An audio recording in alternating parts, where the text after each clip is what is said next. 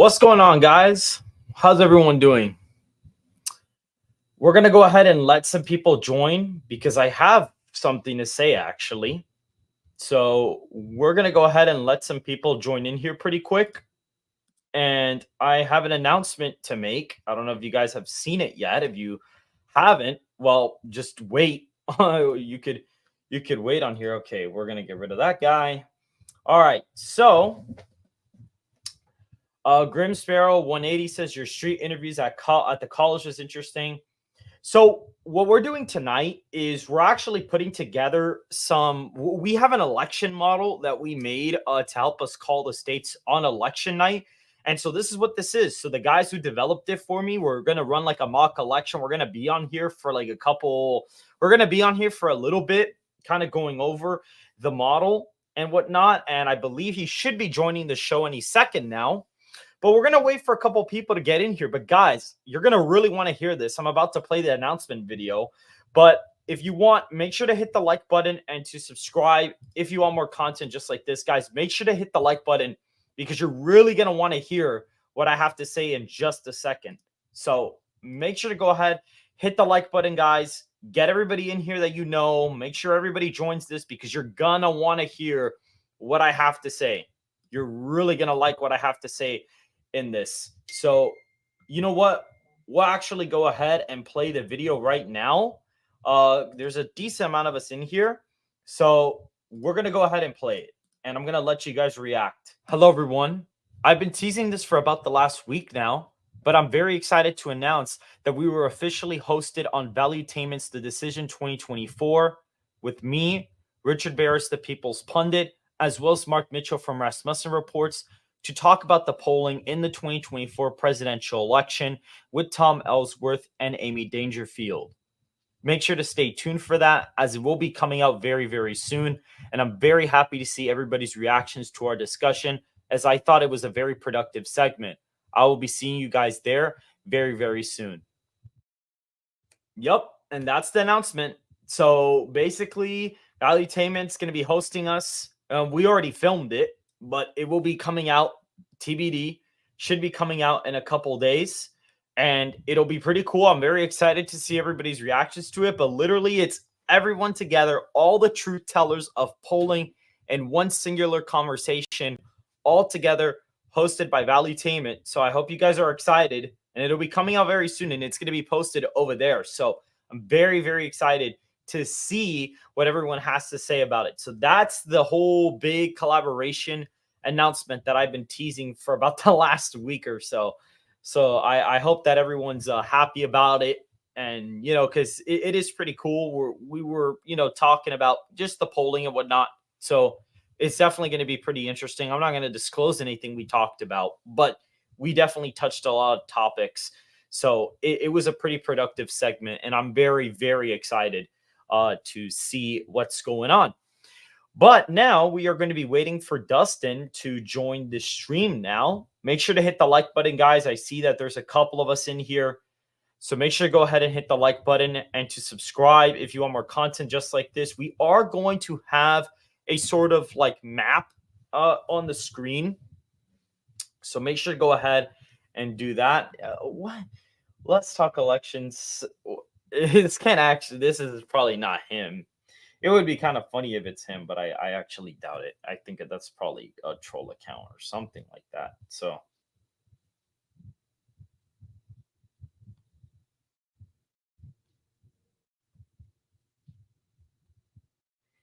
let's see.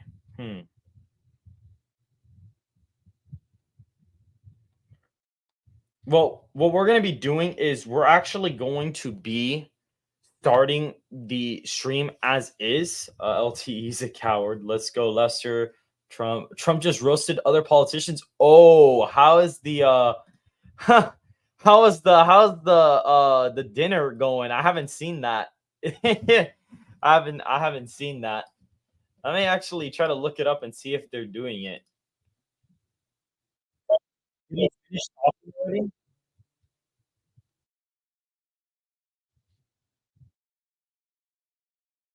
Oh boy. Is that Chuck right there, or is that RFK? That looks like RFK Jr. there. Oh my god, it took you were sitting right next to him. Yo, that's hilarious. That's so funny. Wait, because I actually have it pulled up on my thing right here. Hold on. Let me actually pull it up. Wait, hold on. Let me actually pull it up on here because oh my god, no way. He actually had him right next to him. That's hilarious, dude. What? That's so funny. Hold on, I gotta see this. Wait. Try to. Oh my goodness. Can you guys hear it in the background? Let me know if you guys can hear it.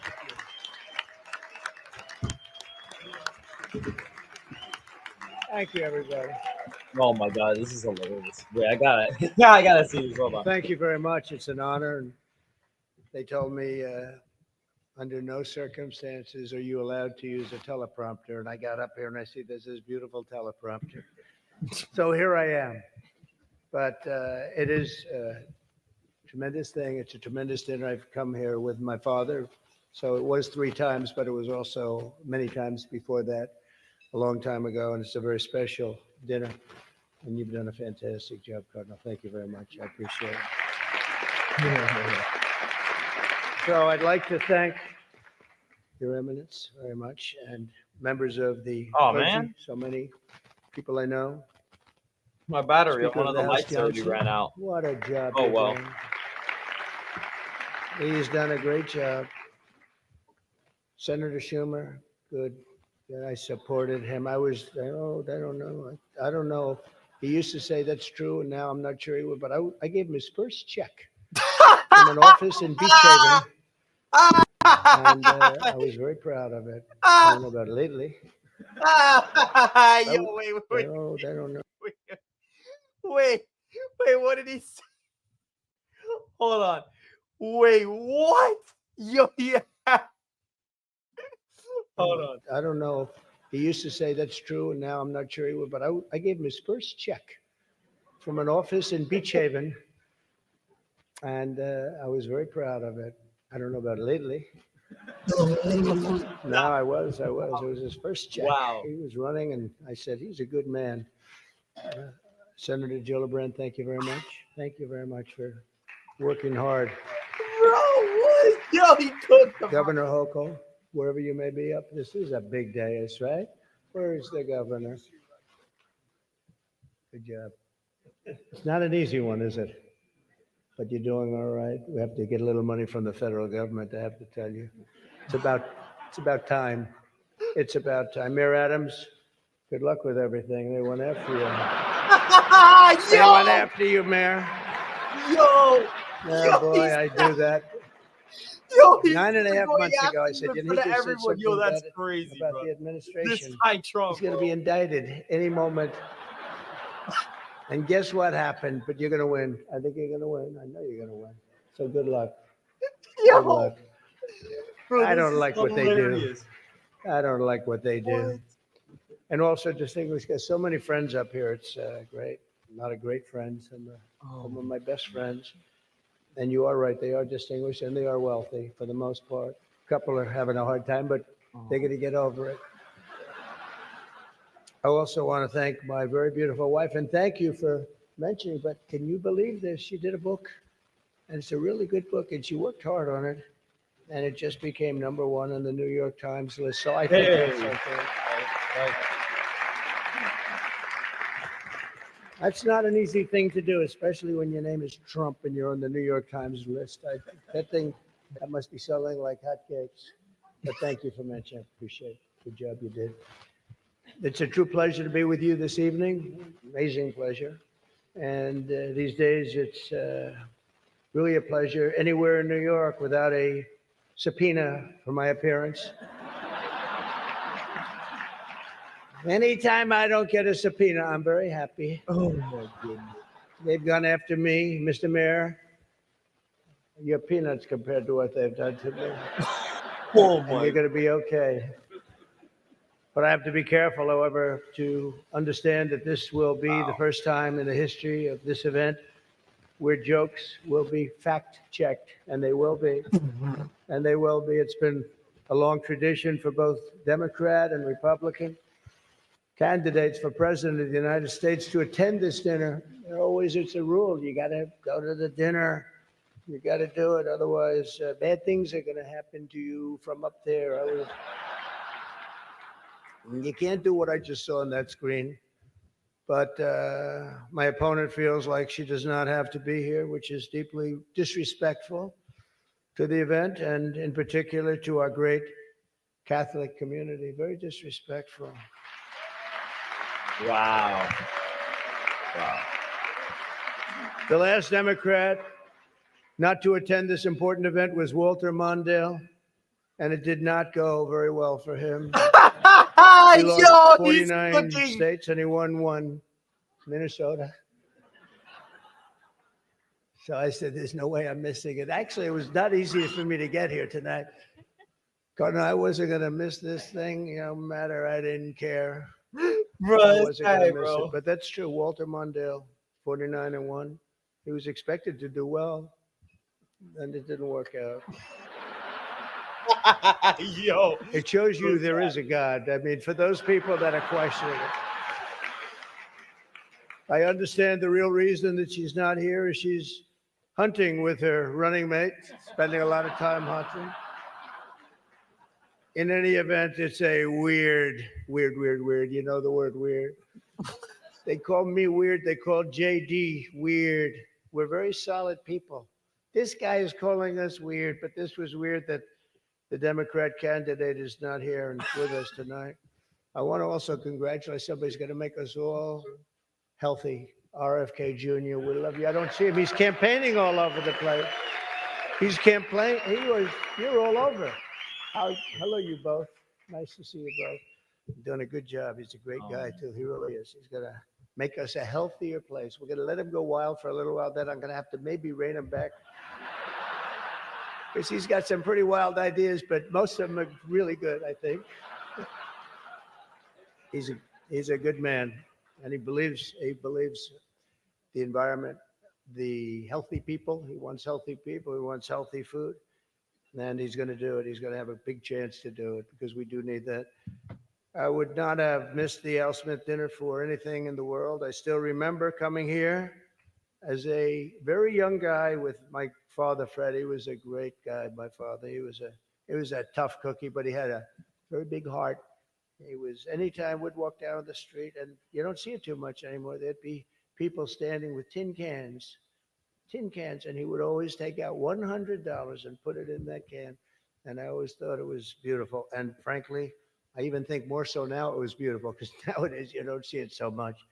But I miss him, and we used to come here very religiously.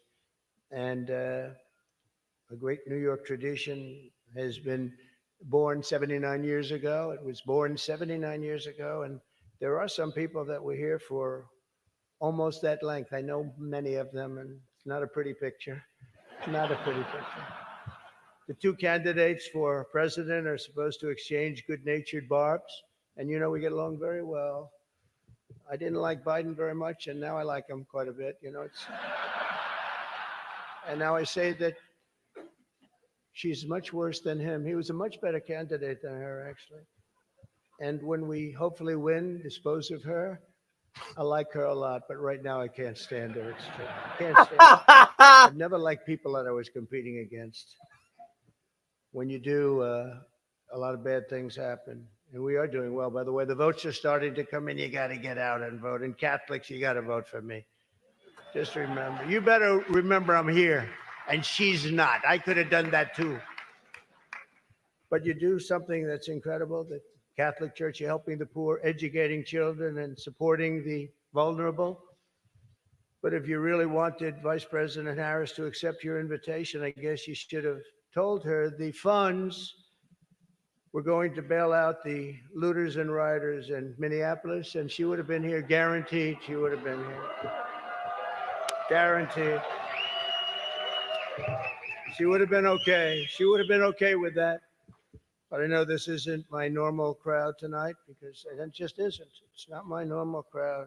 Mm-hmm. Believe me, my normal crowd is younger, has a lot more energy, but you have certain advantages too. like cash, lots of cash. But many of you are Manhattan liberals from the media and the Democrat Party. I always say the Democrat, you know, Chuck doesn't like that. He likes Democratic, and it sounds much more beautiful. The Democratic Party. I always say the Democrat Party because it sounds worse. It is true. He likes Democratic. Why don't they just change the name? This way, you know, it is Democrat. But I must say, I was shocked when I heard that Kamala was From Angela skipping the Al Smith dinner. I'd really hoped that she would come because we can't get enough of hearing her beautiful laugh. She laughs like crazy. We would recognize it any place in this room. And all polls are indicating I'm leading big with the Catholic vote, as I should be, But I don't think Kamala has given up yet. She hasn't. Instead of attending tonight, she's in Michigan receiving communion from Gretchen Whitmer. What? Bro. That's not a pretty sight. But Catholics, please don't be too insulted by Kamala's absence. If the Democrats, he says, thank you very much, I appreciate it.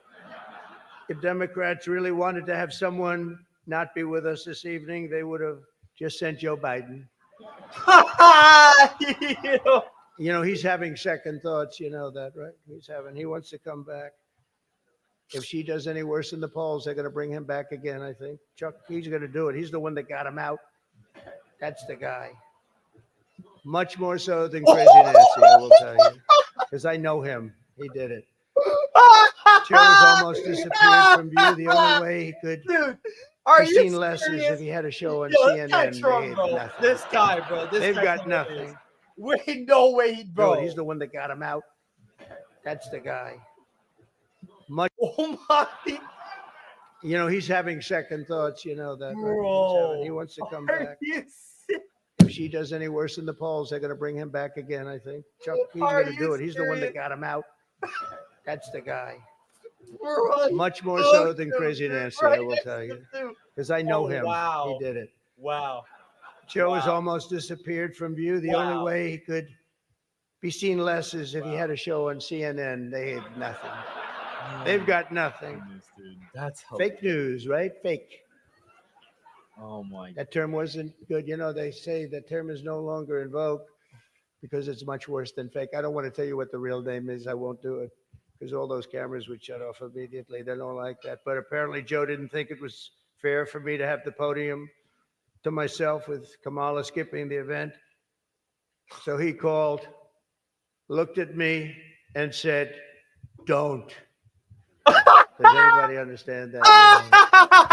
That was this guy. I thought it was actually very good until just now. This guy. It was announced this morning that at a funeral yesterday in a rare moment of clarity, bro, this is hilarious. Joe told Barack Hussein Obama that, quote, only a few people got that. Or as Rush Limbaugh used to say, Barack Hussein. Wait, I gotta hear. Moment of clarity. Joe told Barack Hussein Obama that, quote, only a few people got that. This is or as Rush Limbaugh used to say, Barack Hussein Obama. Remember, bro? He was a piece of work. We miss him. But as he told Barack Hussein Obama, quote, she's not as strong as me. She's not as strong. Do you understand that? And Obama agreed, saying, that's true. Other than that, I think the Democrats are getting along quite well. Right? Nobody got that one. The fact is, we need new leadership in this country. Right now, we have someone in the White House who can barely talk, barely put together two coherent sentences, who seems to have mental faculties of a child, it's said. There's a person that has nothing going, no intelligence whatsoever, but enough about Kamala Harris. Let's get on to something else. Oh, no. I know Kamala's word because she spends a lot of time complaining. I won't agree to another debate. But the truth is I've debated twice this year, once against Joe Biden and once against David Muir of ABC. That was amazing, 11 times. none for the other side. Do you think that's fair news? I don't think so. That's fake news. I don't know what's going to happen 3 weeks from now. It's going to be very interesting. It just started. It's actually, isn't it sort of exciting, right? It really, isn't it just exciting what's going on? It's a process. It's a rough process too. Not so pretty, and yet sometimes very beautiful. But the press is reporting the Democrats are starting to panic. They're panicking. They are panicking because, you know, the votes that are coming in very, very strong a certain way. I won't tell you what way that is, but Chuck Schumer is here looking very glum. Doesn't he look glum? He looks glum. But look on the bright side, Chuck, considering how woke Domestic tariff for 10 your years, party has 3 months become. being an independent If delegate. Kamala loses, you still have a chance to become the first woman president.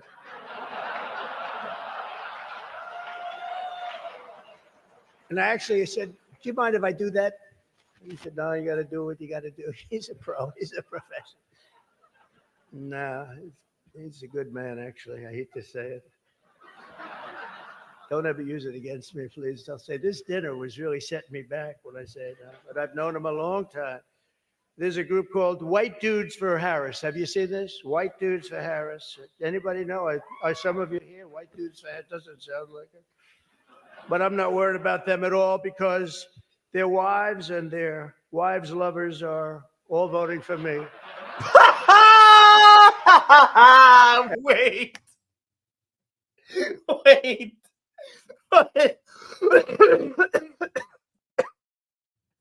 Bro, no way. What? Yo, this is.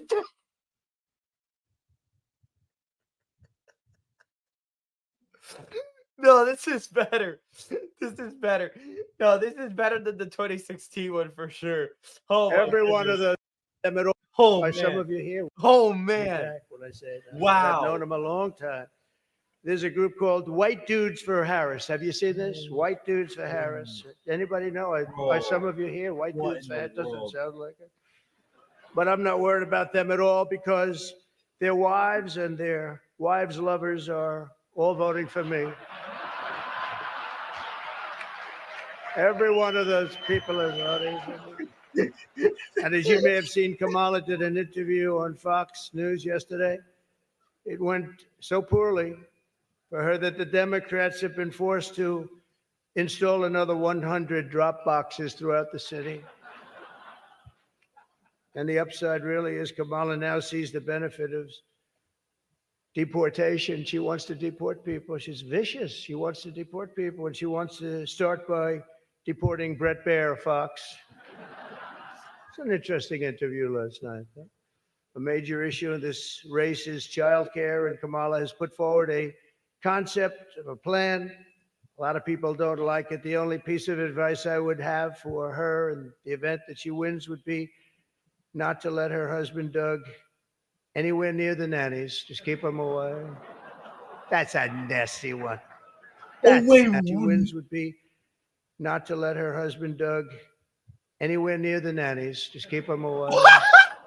That's a nasty one. That's nasty. No, this is I better told than these the idiots that gave me this 2016 one stuff. for It's too sure. This is way better. This Oh, is way better. I This did. is You know, they disgusting. told me the last time I did this, Oh, man. I was running against Crooked Hillary. And I mean, Hillary. No, I was running against Crooked Hillary, and I did it. Man. And I thought it was a roast. See, I was told it's a roast. And I had the meanest guy you've ever seen write stuff up. And man, was the room angry. Even the cardinal remembers. I went Dustin, I'm gonna add overboard. you in a Don't you second, agree? but I gotta It was finish like this. Hold on. terrible. And I knew I was in trouble around midway through because, you know, people had not, even my own side was angry at me. They were saying it's too much. But I did it anyway. I didn't give it. Campaigning can take a toll on a family and family life, although I hear that Kamala and her husband carve out some really beautiful alone time at the end of the day for an intimate dinner, just Doug, her, and the teleprompter that she uses quite well. And by the way, she wouldn't have liked this tonight if she was told about no teleprompter. I can't believe I saw a teleprompter. They said they've never had a teleprompter in the history of this dinner. I told that to the cardinal, right? And then a teleprompter pops up he must be a very important comedian to get that. They give you one, but not me. How about that one? Huh? Come here. Yeah, and you did a good job. Tradition holds that I'm supposed to tell a few self-deprecating jokes this evening. So here it goes. Oh, no. Nope. I've got nothing. Yo, I've got nothing. hi, bro. There's nothing to say. I guess I just don't see the point of taking shots at myself when other people have been shooting at me for a hell of a long time, and they shoot at me. Yo, You know, they say about presidents, they say that bro. Andrew Jackson was the president that was the most meanly treated. His wife died. She died of heartache. She was heartbroken at the way they treated him. And they say that second was Abraham Lincoln, but he was in charge of the Civil War, you know. So, but those were the two, Andrew Jackson. Up until me, now they say it's not even close. There's never been a president that's been treated so badly as me, and our people aren't happy about it. But I was treated a little bit rough. But I don't mind it somehow, and I think it's just part of the game. I'd like to thank our MC this evening, Jim Gaffigan. Most recently, Jim has been playing Tim Walsh on Saturday Night Live. And that'll be a very short gig, I hope, Jim. But it was fun while it lasted, wasn't it? Let's see how that lasts. It better be quick. We don't want him, and I'm not going to say anymore. But unfortunately, Governor Walsh isn't here himself, but don't worry, he'll say that he was. He's going to say he was. Yo, okay, all right. That's it. I used to think the Democrats were crazy for saying that men have periods, but then I met Tim Walsh. The stupid show, The View, is so bad now that the other day I was watching it and thinking to myself, you know what? They really need to bring Rosie O'Donnell back. That show is bad. Those people are bad. I know every one of them, and they are bad news, I want to tell you. And it doesn't do very well either. I always like to say, ratings are very important. When they don't do well, it doesn't do very well. As I look around the dais, I see all of the usual suspects. For instance, Mayor Adams. I'd like to poke some fun at Eric, but I'm going to be nice. I just want to be nice because I know what it's like to be persecuted by the DOJ for speaking out against open borders. We were persecuted, Eric. I was persecuted, and so are you, Eric. Look at these two. The mayor's dietary restrictions are well known, but I've got to say, I've never met a person who's a vegan who liked turkey so much. There's something about him with turkey. I just found that out today. I haven't been in New York that much. Dude. Oh, man. Don't let it, but you're going to win, Eric. We have another former New York City mayor with us, frankly, easily the worst in our history. And it's not Michael, that I can tell you. I'm surprised that Bill de Blasio was actually able to make it tonight, to be honest. He was a terrible mayor. I don't give a shit if this is comedy or not. He was a terrible mayor. He did a horrible job. That's not comedy, by the way. That's fact. But unlike the rest of New York, at least Bill doesn't have to worry about the criminals. They owe him big.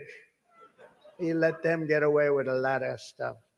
Well, I'd better wrap up because Mayor Adams told me earlier that I needed to make this one very quick, especially the city has reserved this room for a large group of illegal aliens coming in from Texas.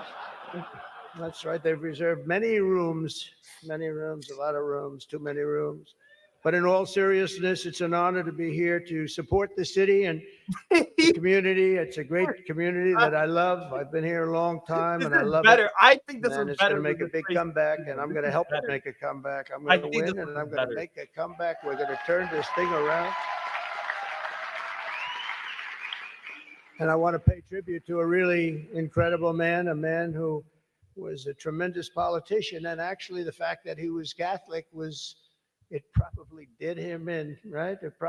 Nobody knows for sure, but he was a great guy, Al Smith, great guy. Everyone says it, happy warrior.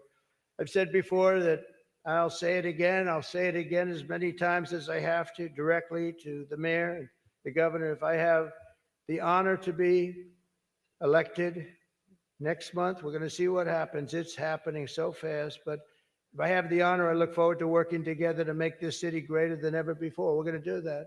We're going to be focused on. I'll work with the governor. I'll work with the mayor, Democrats. I will work with them. I work with whoever I have to, and we will even work very hard to bring back the SALT tax deduction. We're going to bring it back. We're going to bring it back. We're going to get that thing going, Chuck. Okay. I actually thought about not doing jokes tonight. I was going to come out here and say, listen, our country is doing very badly. This is not about jokes. And then some person said, you have to do jokes. I said, I don't want to. There's nothing funny about what's happening to our country. And I actually meant that. I was going to do that. But they convinced me to say some of the things I said tonight. I don't know if they were funny or not, but hey, you think this is easy standing up here and doing this? In front of half a room that hates my guts and the other half loves me? Half of us love me. Well, maybe it's, I think 75% love me. But I actually do. I did think about that. And our country is doing very badly with respect to its open borders and inflation, crushing things happening in the Middle East and Ukraine. It's so sad to see what's happening in Ukraine. Wow. I had a lot of people from very religious people come up to me tonight from Ukraine, and they're asking me for help. So sad to see so many people have been killed in Ukraine, and we're going to get it settled up if we win. As I'm president-elect, I'm going to get that done. I'm going to do it before we ever get back. We have to get it stopped. Too much killing. It's killing, and all of those cities are coming crashing down. Those beautiful golden domes are crashing down on their sides. They're so sad to see. The whole thing is so sad. So we're going to be, for all those people, there's so many people came up to the dais, and religious people from Ukraine. And I'm going to say, and I told them, don't worry, we're going to get it stopped. It's too bad it ever started. It should have never started. It wouldn't have started. But we're going to have our country respected again. We're going to make sure that it's respected, and we're going to go out and do very good things for ourselves as a country and for the world. These are challenging times for our beautiful USA, but I'm committed to working with every partner here in New York and all across the nation to build an America that once again is strong and safe and proud and prosperous and free. We're going to make sure together we can create a future defined by great ambitions and grand achievements that once again inspires the dreams of our children, brings back the American dream. You don't hear about the American dream anymore. We're going to make it possible for them to have the American dream. This is a very religious evening to me. It really is. It represents so much. My sister was somebody that loved the church and gave to the church. The cardinal knew that. Had a certain priest that she thought was incredible, right? For a certain very, very fine man that she Guys, thought so was. we're gonna actually move on to what we were coming on here for. So let's go ahead and bring in Dustin. What's up, man? How's it going? Nothing much, right? We were just watching the Al Smith dinner. We'll finish it up in a second, but I kind of want to have the viewers pay attention to what we were actually here for tonight. So I'm going to show this on your screen. So go ahead and explain what's going on here exactly. Yeah, so this is our data desk dashboard. We are in process for preparing for the ultimate election night stream on November 5th. We're super excited for that. So we're testing out some of the kinks with this model. We're super thrilled to be presenting this to y'all. So what you're looking at right now is you're looking at the main dashboard with the states. So you have the very sharp red states are states that can already be called. We're actually early in it. So if you look right here, all these states that you see that are here, these states can actually be called, along with some of the districts in Nebraska and even in Maine. Now we're currently bringing in the data. It's currently 6:33 p.m. in the simulation time, so a lot of the polls have not closed yet. So we're still waiting for that data to come in. Once all for the swing states, once all the counties have populated in, we lose some of the divide by zero stuff. This is just all back end stuff. So if you think about Fox News, CNN, MSNBC, Decision Desk, they have entire rooms full of people who are analyzing the data on election night. Right. What you're looking at right here is is inside information for what those computers look like on election night. So this is very special. Right. And I want to go up, scroll up it because I want to see it. So right now, guys, it's not a finalized model. We will be working on this. So like if you see Nebraska blue and like Wyoming blue, it's because the polls haven't closed there.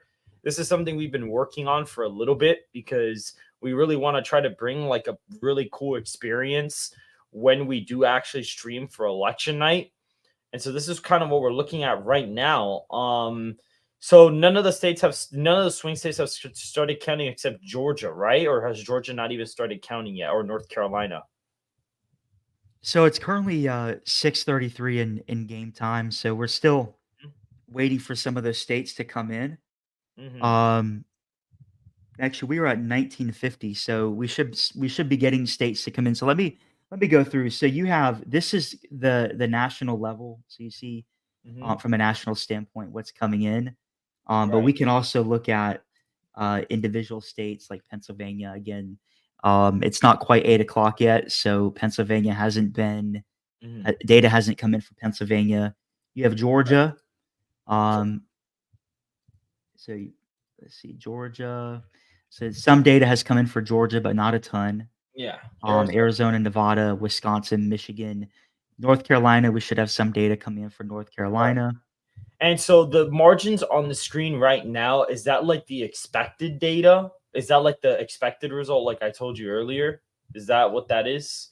So Or actually, the what odds? we've done is this actually shows the percentage chance that that candidate has to win. Hmm. So, and again, this is all arbitrary. This once data actually starts coming in, these numbers become truly live. Right. So for like election night, guys, like obviously, like when we do have this running and whatnot, we are gonna have it to where the states are blank. I'm assuming that's what we are gonna do. Absolutely, Yeah, so that you guys won't be like anything confused. So for like example, Georgia's like deep red because only like a couple counties have come in, exactly. and so we're kind of waiting for that state. New Hampshire, I'm assuming already started counting too, right? Yes, Okay, and this update's live. yes. And so let's see what's going on here. Adam, can you try zooming in? Because someone said I can't recharge, need to enlarge. So do you think it's possible for you to zoom in there? Yeah, I could definitely do that. Real quick, I'm gonna go ahead and see this.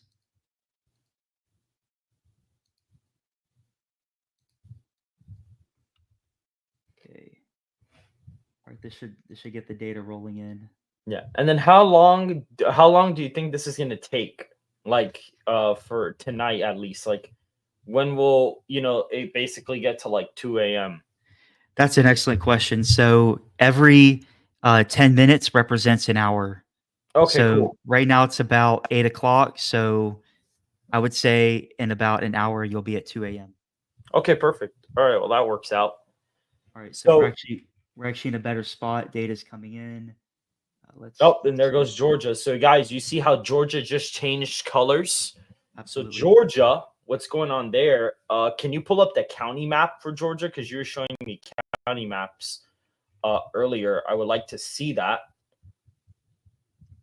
So right now I don't have a county by county map, but we can actually bring one in. Yeah, well, what happened to the ones you showed me earlier? That was part of a different iteration of this sheet, but we can go ahead and get a county map in Yeah, very quickly. So yeah, we're gonna see, for lack of a better phrase, we're gonna see how the sausage is made. So I could build that very quickly. hmm yeah, guys, this is just something early that we have right now. Just because we're kind of looking at, we're obviously looking at some of the states and whatnot. Joe Schmo says it's gonna be so funny watching the copium on election night from MAGA. I mean, we'll see, man. We'll see. We'll see what happens because I have a feeling Trump's got a good shot at winning. So we'll see.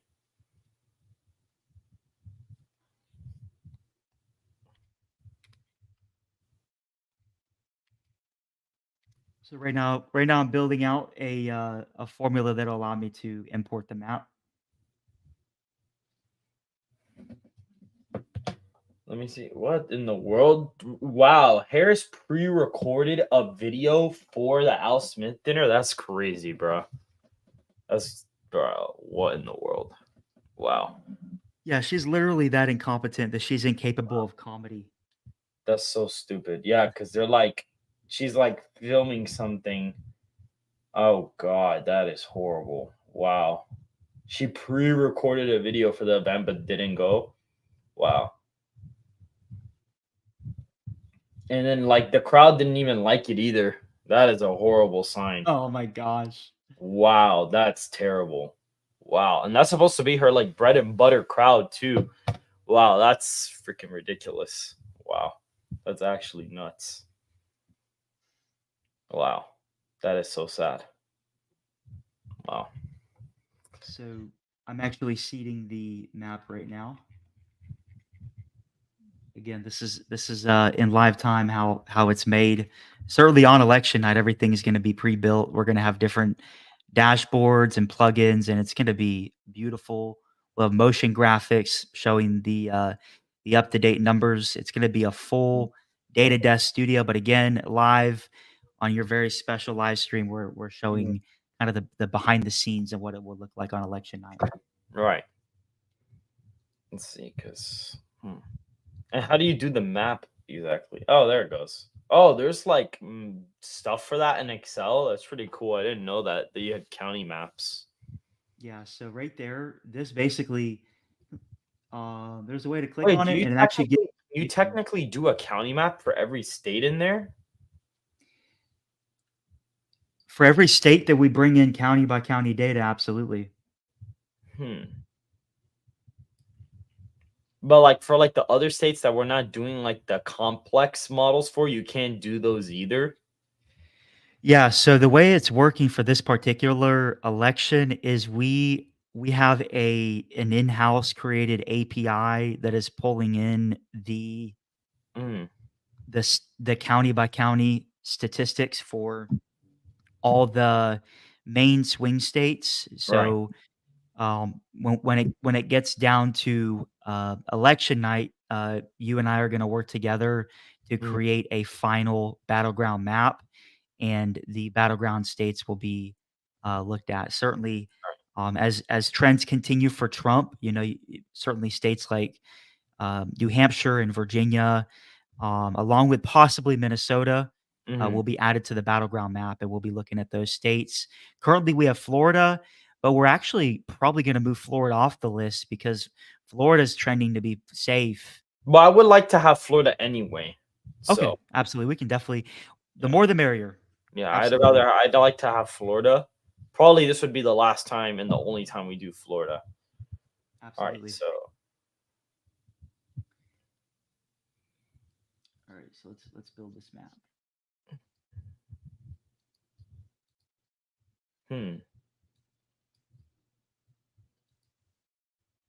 Okay. So I think what I got to do is I need to build it with actual data. So I'm going to go ahead, build it with, what information would you like? The expected margin for each of the yeah, counties. do the We'll do that. expected ones because that's what I want to show. That's what I want to show on election night. I don't want to show because guys, what we're doing is we're trying to create an election model that's gonna help us call all the states and like visualize it for people. So what we're doing is essentially what's gonna happen on election night. That map is gonna help us like track all the states. And what we're going to do is instead of showing the actual, you're going to be able to see the votes of what's happening there. Like we're actually going to be able to see the votes. But what we're going to do is we're actually going to show the expected margins instead because that's going to be more indicative of what the map will actually look like. So instead of showing the current result on face value, we're going to show the expected result of the state as it's counting votes because we'll have a model running in the background kind of looking at our estimated vote share and whatnot, and it's kind of running that in the background. So essentially, Yeah, that's you're what we're going to be exactly looking right. at. Huh? You're exactly right. So just something very quick. I created the map, and because there's other counties in the nation that Yeah. have the same name, I gotta add something. And again, this is how this is you're seeing how things are made. This is pretty special that Yeah. that But try to just single out Georgia by itself because I saw it was the entire United States there. So, absolutely. So Georgia there.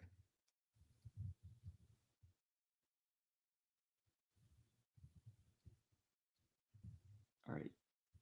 Almost there. And then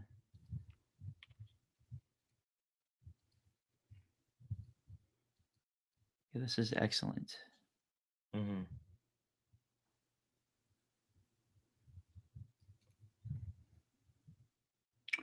And then insert map. And this should bring up just Georgia. Right. Something showing though. Nothing yet. Let's see. Okay, I know what's happening. So let's go here. And then I can go in and actually seed the data as geography. There we go. For some reason it's still showing that. Let's do only regions with data. There we go. There we go. There's some random county in like Tennessee that it's looking at, but we'll focus on Georgia. All right, so now I can actually go in here, select data, and let's see, we can go to series 12. Actually, let's do this. Select data, edit. So the series name will be the counties. Mhm. And then this will be the expected margin. And then So make it's sure to do it that the darkest color is like red, and then yep. There we go. So we don't need that. Yeah. Anyway, we'll continue to build that. Let's go ahead and go here. Change the color code, Yes, please. absolutely. So we'll code fill this series color, and then we'll do lowest value. You see it right there? It'll say it right there. number. So if it's Do red. yeah, so minimum would be red. Because Yeah, because I don't know. Yeah, there it goes. And then the orange, you got to change that. absolutely. So Trump's would be, this would be that middle ground. And this would be negative, we'll do negative 0.3. Okay. 0.3. So this would be 0. There we go. So guys, this is what we'll be showing on election night. And what we're looking at here is the expected margins in all the counties as the results are reporting. Now, on the database, we'll be able to kind of see what votes are in that county, but this is like what we would be showing on election night is in the swing states as the votes are coming in, it's going to report the expected margin of what we think the counties are looking like. And so far, we actually see right there that right now Georgia is still pretty close. And what time is it in game? In game, we're actually at 8:30.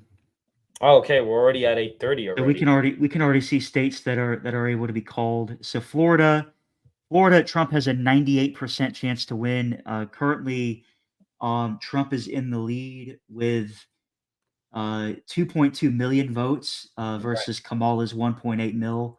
So that's a pretty solid margin right there. Right. Yeah, the current margin on this Mhm. is, let's let's see. Yeah, 98.1% for Trump.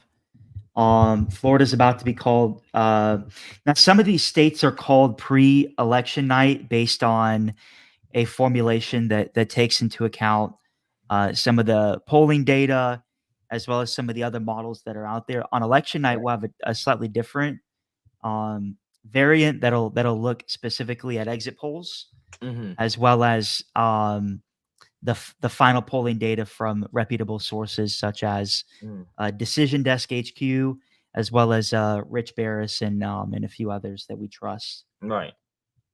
Go up. I want to see the okay, so where's Georgia? You see, why does it say NA there?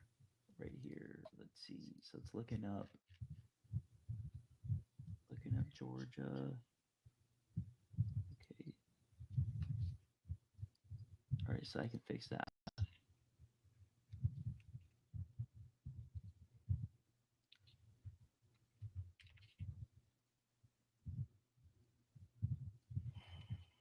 Let's see if that works. All right, again, this is all. I gotta go in and manually type it, but it's quick. Donald Trump now took the lead in all the swing states on RCP. Yeah. Man. Let's go and delete that. Okay.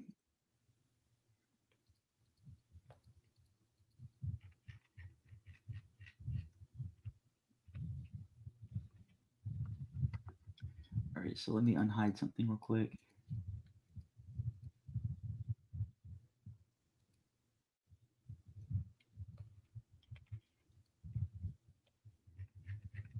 All right, now we're getting numbers in. So Wisconsin votes have not come in Wisconsin, Michigan, Nevada, or Arizona because of closing times, but you already get a chance. You already get a sense of Right. the. Now right here we have the chance to win. So Pennsylvania hasn't closed yet on this. Let's verify that. So I can actually go right here, see data. There is data coming in from Pennsylvania, so I want to make sure that we're able to get that.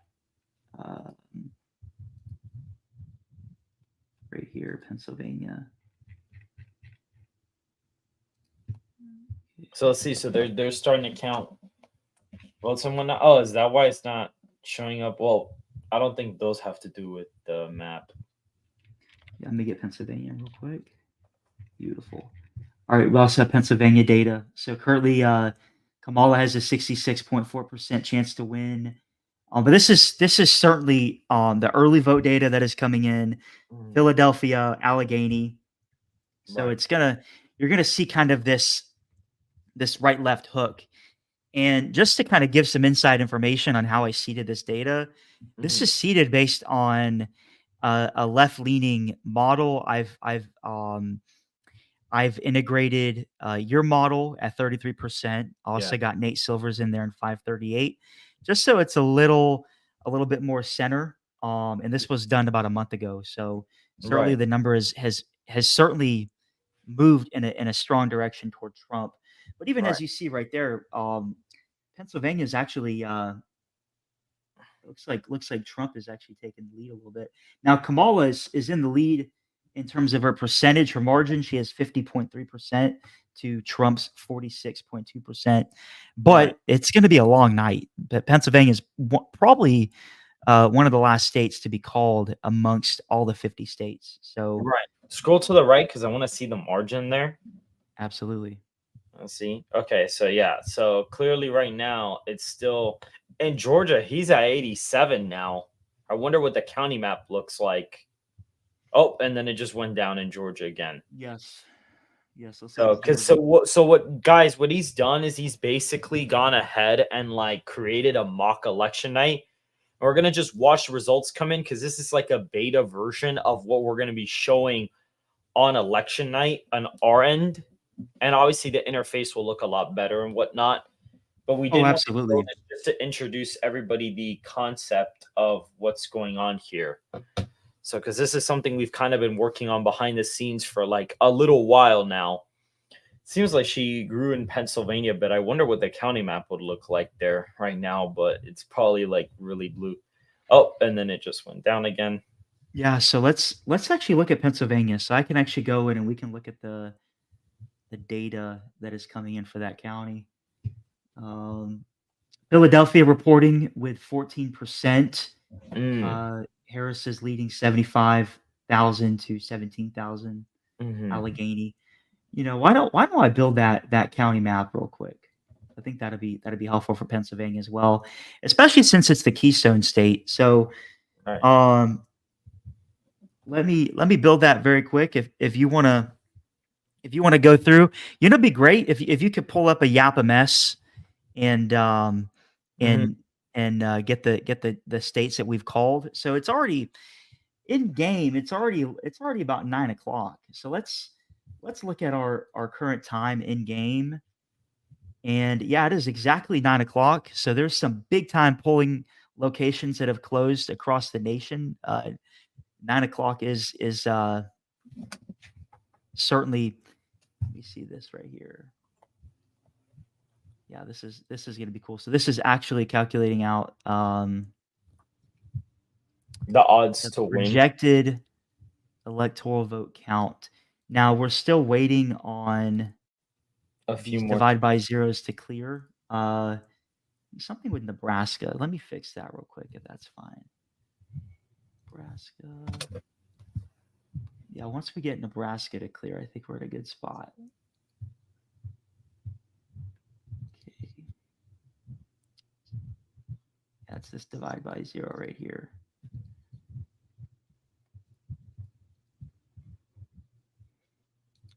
Again, this is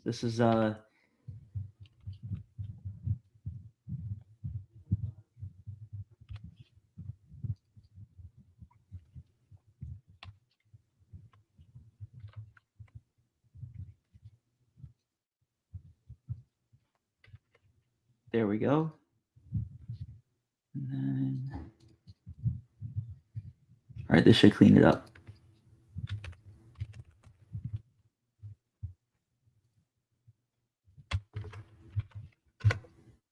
There we go. So we've cleaned it up so you can actually see the chance for Kamala to win the presidency. It's now at 70%. Trump with a 26.5% chance to win the presidency. The current projected electoral votes is 280 to 285. That's kind of what it's. Okay, I see. And remember, guys, like this is going to be running throughout the night. And so yes. right now in game, it's like 9 p.m. So it's still early. 902, yep. It's still a bit early. And we see, okay, I guess Wisconsin and Michigan results started reporting out of there too, because they're like deep, deep blue right now. Yep. So those started reporting as well. It would be nice to get the county map for Pennsylvania, just to look at. Okay, now she picked up Nevada in the projected forecast because I know that math that is there. 280. Oh well, actually no, she hasn't gotten Nevada yet. I think she picked up the Nebraska's 2nd congressional district. I think that's what that is. So right here, Maine. Yeah, the contested congressional districts haven't been called yet, but Harris does have an 88% chance to win the Nebraska 2nd at this point. Now we haven't had data come in for Nebraska yet. The polls have not reported from there. It's still a 9:02 p.m. Now let me go to just a triple check. I'm going to go to here. This is the spreadsheet that is pulling in the data. So what's making, and I'm going to show this incredibly briefly, but this right here is what we call the e-anal. Actually, are you able to see this? Let me go and share a different screen. So I'm gonna share a different screen. Let's see.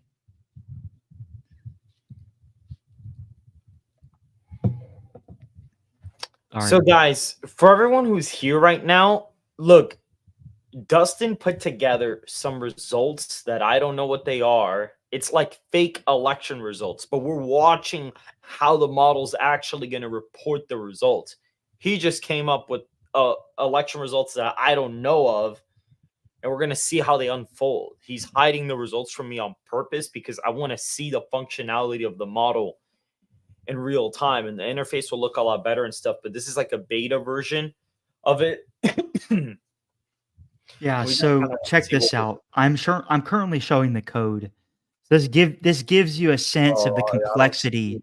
Oh, okay, there it goes. I have to add it. Okay, so This here gives it you is. a sense for the complexity of what we're working with. So if you look on this side, I'm not gonna get too into the mud. My coder may not want me to give all his secrets away. Um, but in here we have a mock CSV which is currently running the mock data in.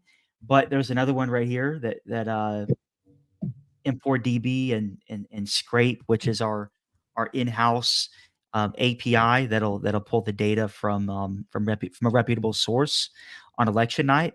Mhm. We'll actually be running the data. So right here, just as you see these vote totals come in, for example, if, it's kind of hard to see, but if you look at here, you see Wisconsin, Pennsylvania. You can see all this come in and look right there. That's a due time. So that's 21:17, which is 9:17 p.m. Let's go ahead and go back to the national data. Check this out, okay, and here Right. it's up to date at 9/11. We have a name thing. Okay, let's see what we can do for that. Um, so I'm curious what's going on with Nebraska. Again, we're troubleshooting this in real time. We did test it before, and Nebraska worked previously, but this is all part of it, and certainly on election night, those elements will be working for sure. Right. What's going on with the thing? I thought you guys had the chances to win already. The chances to win, yeah. So we have a naming issue right here. So I'm gonna set this up. Um,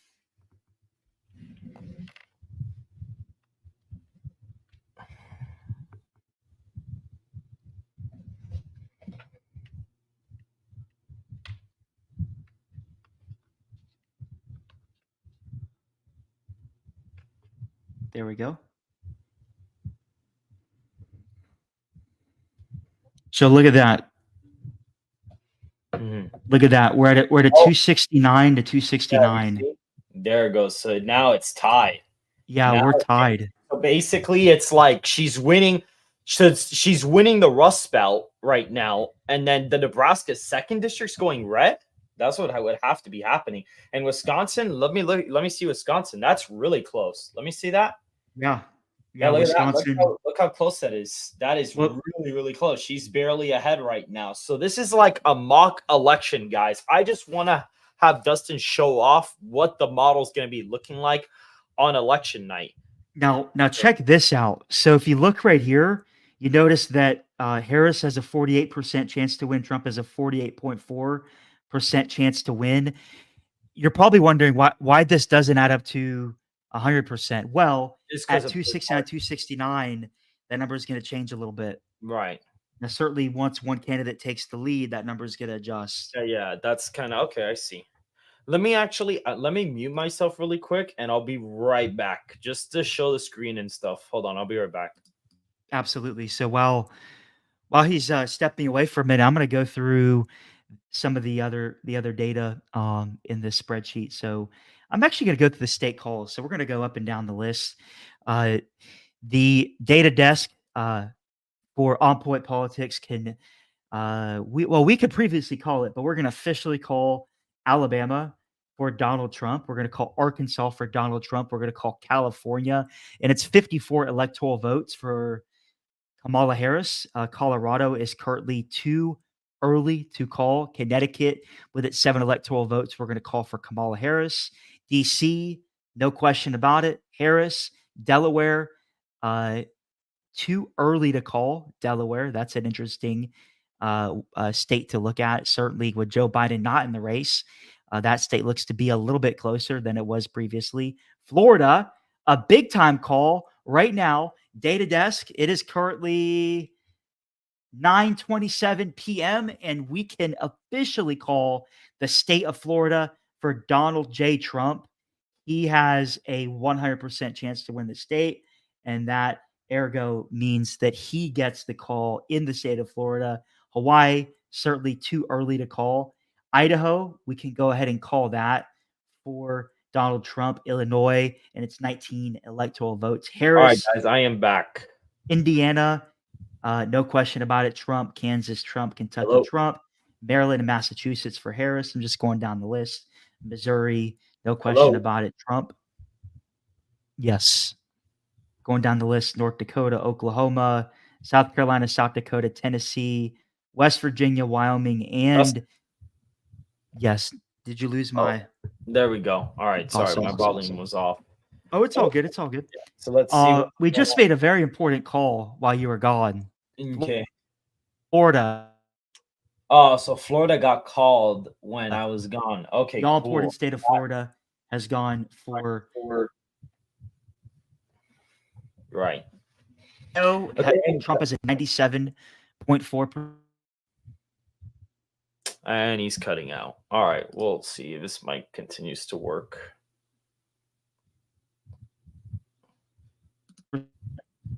Yo, Dustin, your mic is cutting out big time, man. Chance to win the state of Ohio.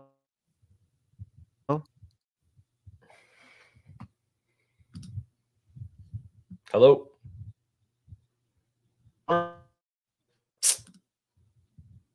Early in the election night. This is Hey, man, your mic is really responding cutting in out. real time to Yo, yo. Hold on. I don't know what is going on with him right now. It'll count quicker than some of them. Guys, I don't know what's going on with him. He's like cutting out and stuff.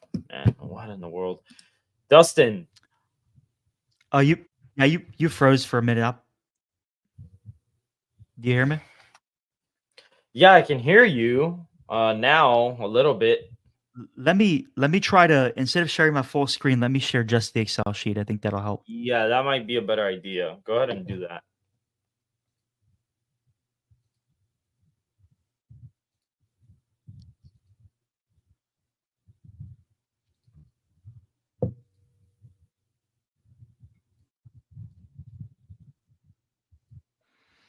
Let's see. There we go. That should help. Okay, check that out. Trump's chances have ticked up quite a bit. Trump now has a 45.2% chance to win the election. All right. I've also made the table a little bigger. Let's see, 271. How would he win with 271? That'd be interesting. I've never done the math on that. That's interesting. Unless that's Harris. No, that's Harris. Okay, that makes sense because that's her like Arizona, Michigan, Pennsylvania pass. So he's probably the favorite in Wisconsin right now. Go ahead and or is she not the favorite? Oh, she's still the favorite in Wisconsin. Weird. Yep. Try to build that county map for Pennsylvania. Would have been nice to see the county maps. Oh, yeah, let me build that. I'm going to build that county map of Pennsylvania, but look at Georgia.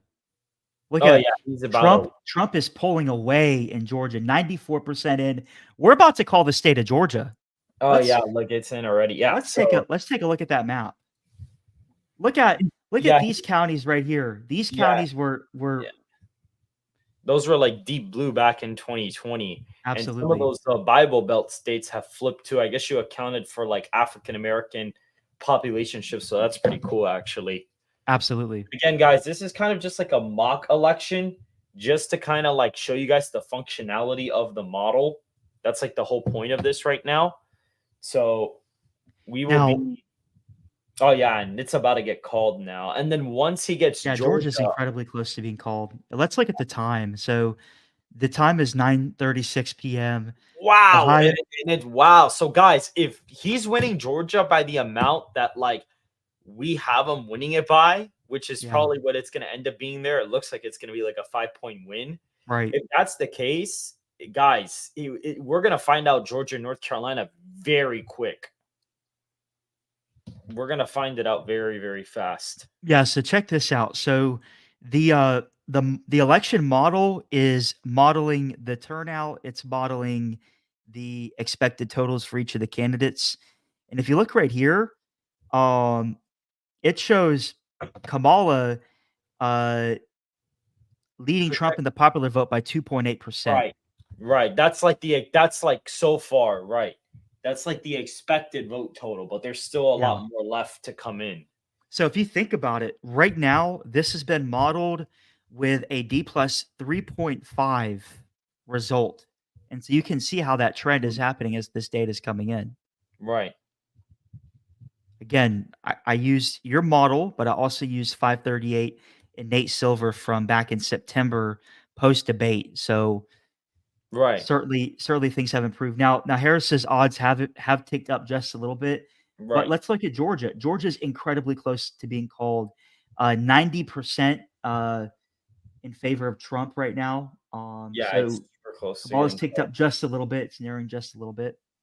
right. And then when 10 comes, that's when Arizona starts counting, I think, right? Yes, And then absolutely. that one Actually, we're getting some data in Arizona.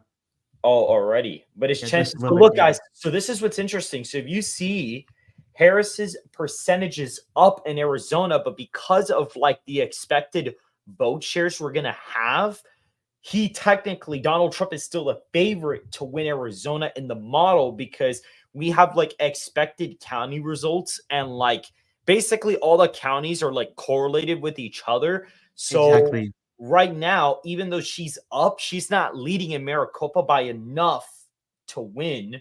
At least from what Exactly. we're seeing right here. So he's still the favorite to win because the map is not going based off of the current results. It's going based off of the expected results. So could you actually pull up the Arizona County map? Because I want to see that one because that one probably won't take you long to build. There's not a lot of counties there. Yeah, let's build that very So quickly. it actually should be fairly quick for you. I don't think that should take very long. Yeah, so let me add a little formula that I can pull in.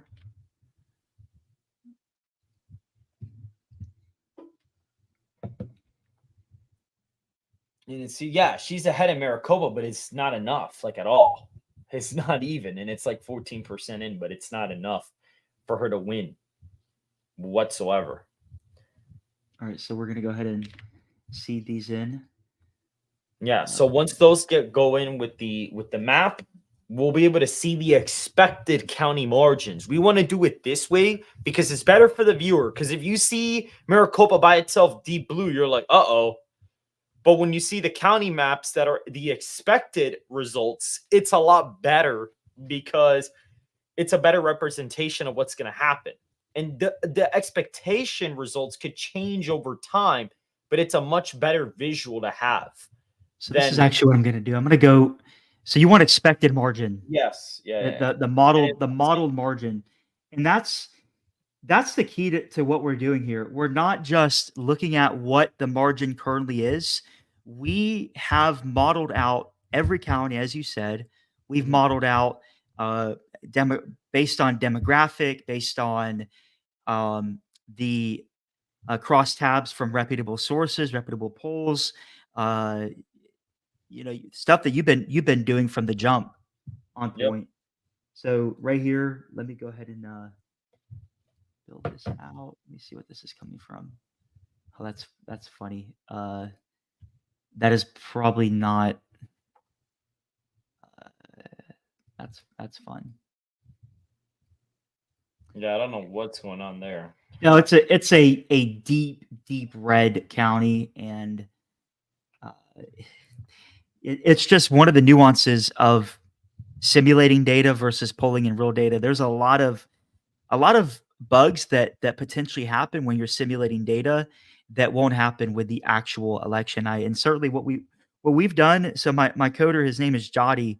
Him and I have actually modeled the primaries, and so we've run the primary election results through our model, and we've gotten some great data output. And a lot of what you've seen on Lester with some of the previous iterations that you've seen have been through our modeling with actual results from the primaries. So let's go ahead and build that map very quick. Okay, insert. Let's get a map on here. There we go. Wait, why is it putting Louisiana? Oh, that makes sense. 1 second. So what I've done is I've abbreviated some of the so let's do Santa Clara, or what is the Santa County?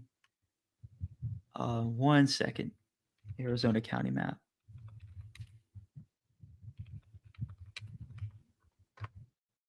There we go.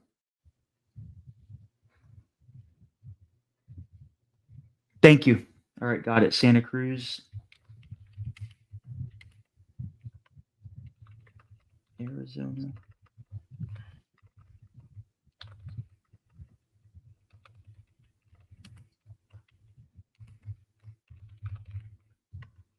Boom. Already in there.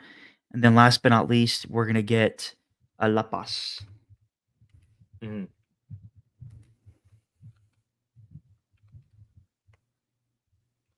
Make sure that's La Paz County.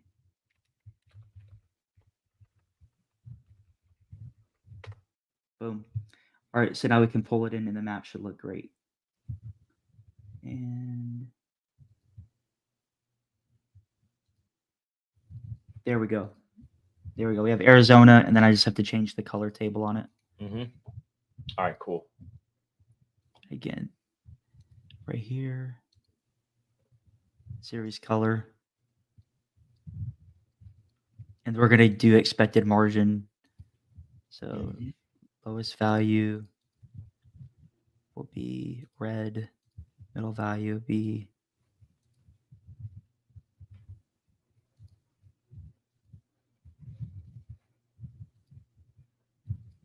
You'll do number. Yep.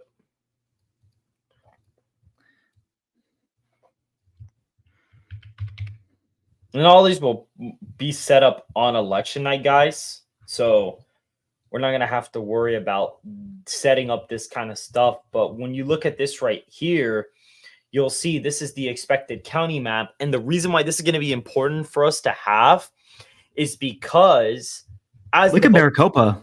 Yeah, as the votes are pouring in and we look at the expected margins, we could say, okay, so right now we expect Maricopa to go to Donald Trump. And at that point, I can explain, okay, he's probably going to win Arizona because if he's up in Maricopa, that's like about 33% of the votes there. That's a large portion of the electorate. And if he's up in Maricopa, it's going to be pretty difficult to see him losing the state. So that's the big key there. So that's why having stuff like this on election night is going to be really cool, because this is going to be the place that you want to be for election night analysis.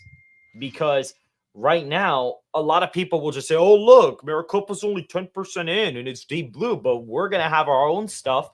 And we can look at Arizona and say, okay, this many votes are in, but these are the expected margins based out of the models so far. So it seems like Donald Trump is on track to win Arizona. That's what we'll be looking at on election night. So our reporting is going to be a lot more effective and transparent. And what'll be really cool is that I'm going to be the one willing to take the risk here and actually make some pretty crazy calls. So for like example, if Pennsylvania and North Carolina and Georgia are called before Alaska for Trump, we're probably going to go ahead and call Wisconsin, because the Rust Belt states all have always voted together for the last 60 years, except in 2 elections. And this is definitely not the year where that's going to be the case, because one candidate does not have a ridiculous strength in any one of the Rust Belt states like Michael Dukakis did in 1988. So that's that too. So that's kind of what we're looking at right now. But we see that already Texas, I think at this point, has already been called too. Yep, Texas has been called. Yeah. What's going on with Pennsylvania? Actually, Texas is very close, 92% chance what's for Trump. Pennsylvania in right now? Because that looks super blue.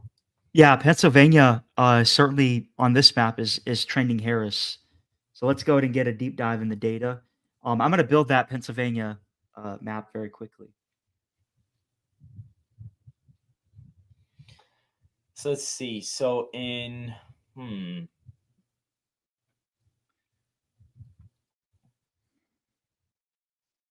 So the irony, I have the full-fledged version of Excel, and the original plan was for both of us to actually share the Excel spreadsheet, so you could actually go through things, and then I would be kind of on the back end, working through some of the data elements. right. Unfortunately, we weren't able to make that work. We'll certainly have a solution for election night that'll work great. But that's why you're seeing a little more of the behind the scenes. You're literally seeing you're literally seeing these maps being developed, and certainly we're excited about election night. We already have motion graphics that are planned out. So when a state is called, we're gonna flash the motion graphic on the screen. We may even get some copyright free music to Right. really hype up the different elements. It's gonna be super exciting. Anyway, let's build that map. I know y'all are really looking forward to seeing what the map looks like in Pennsylvania in terms of expected margin. Right.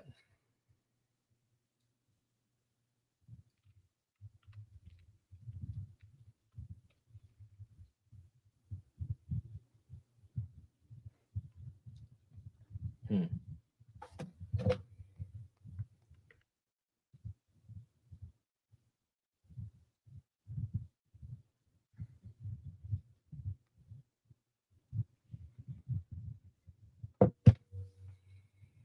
So those are in, and then you got the expected margin over there. There's a couple counties that are messed up right now, but I mean, that's probably why it's Harris 83, because you see there's a couple blue counties that are like 127 the margin.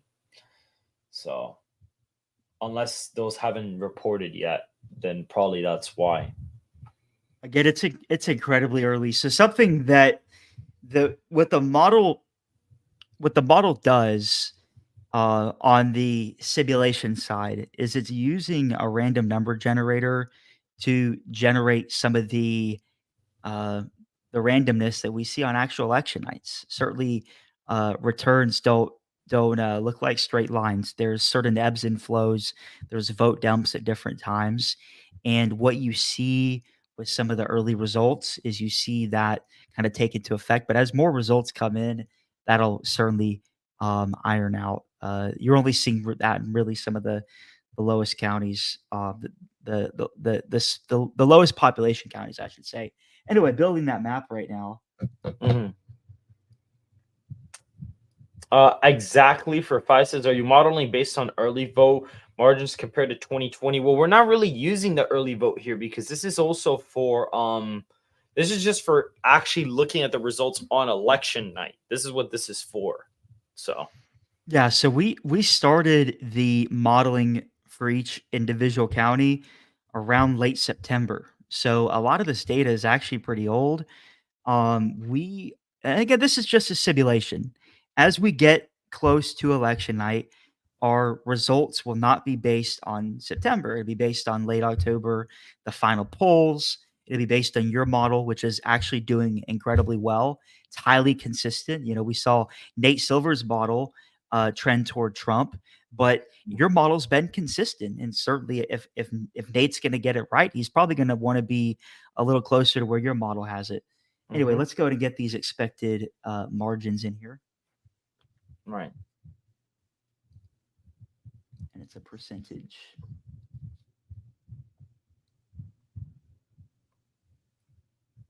All right. So there it goes.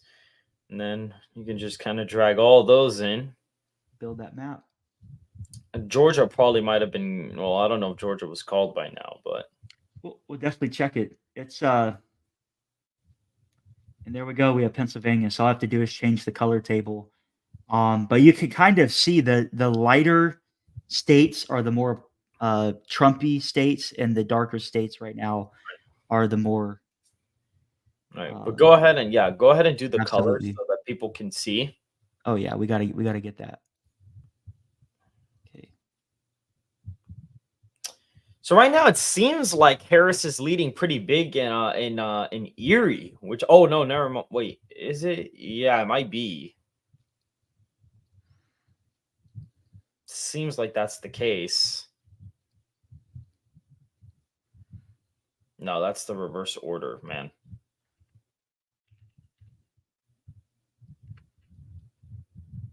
You got them in reverse order. Yes, I'm gonna fix that right now. And then All right, they're in. It looks like, yeah. So it looks like he's kind of doing well, sort of doing well right now. yeah, this isn't bad. No, this is not. Yeah, it's kind of ambiguous where it is. I mean, if my result holds up, this is going to look way different. I mean, if my result's holding up, he's probably going to be winning the county in the center. He'll be up in Erie. He'd be up in Northampton. Like, it's going to look a lot better. So we'll know really quick if I'm going to be right or not. Like, we'll know fast, because when we have like the expected results coming in, we're going to know really quickly whether or not I'm correct, because if those are holding up, we'll see them display on the map there. Now, check this out. So earlier in the night, the model was giving Harris an 80% chance to win Pennsylvania. Her number is actually down to 58.2%. So if you look right Right. here, So, again, it's yeah. pretty small. Yeah. For those of you that are watching on a device, I know this is quite tiny. Right. Let's look on- at Arizona. Yeah, Arizona. And that's coming in. Oh, now Maricopa County's blue. So that's coming in now. And it looks like she's expected to win it now by 4. So that's not good for Trump. Yes, And but keep again, in mind, this is just fun stuff for us to see how the model's looking. And the county's only 20% reporting, so there's still results to come out. But like now, like as the votes are coming in on election night, if I was seeing this and how many of the voters reported so far in Arizona, it should say it somewhere. yes, 17% in. 17% in. So it's still early, but instead of looking at the raw county data, we're looking at the county that we are producing with expected results. And right now, she would be the favorite to win, but we would say, okay, it's still too early. But based on where all the expected results are, she would be looking to finish really strong. Now, if my Trump +5 in Arizona holds up, this is not going to look like this at 17%. It's going to look way different. Now, I don't know what's going on in Georgia right now, because she kind of took the lead there. So I don't know what's going on in Georgia. Yeah, look at that. Now, I'm curious to see what's happening with Fulton Oh, County. there goes, I think Georgia. Oh, look at that. So everything just kind of flipped now all of a sudden now. Oh, we had a massive vote dump come in. Yeah, that just The final vote dump came in. It came down to the final vote dump in Georgia. 100% reporting now, and yep. I And think at that this means you point- can call it. I and at think we that can point- call the state of Georgia. Yeah, and that's when Georgia gets called there. Yep. That's why it's like deep red. So as like, and probably on election night, instead of showing actually this might be better, but maybe we could have 2 maps where one of them is the odds of the winning of the map, and then the other one is like we could show the what is it called? We can show, man, I'm like losing the word. We can show the expected margin. Yeah, we could have like 2 versions of the map next to each other. Right. But guys, again, he's not really getting cooked. And again, I don't know what the results are. Dustin could have made a map where Harris is winning. I don't know. Like, I literally don't know the results, but it seems like if Trump's getting Georgia, and there it goes, it just got called. So it just got called right now, and he's up there, and it's 100% in. And what time is it? Dominoes are falling. What time is it in game? In game time, it is 10:36 p.m. And he's favored to win the electoral college because, guys, she's not doing well enough in North Carolina, right, and Pennsylvania.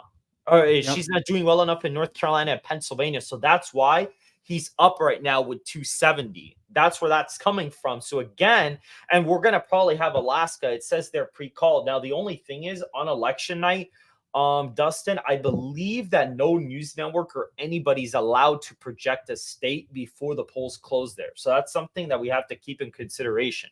So technically, we wouldn't really be able to call Alaska. Yeah.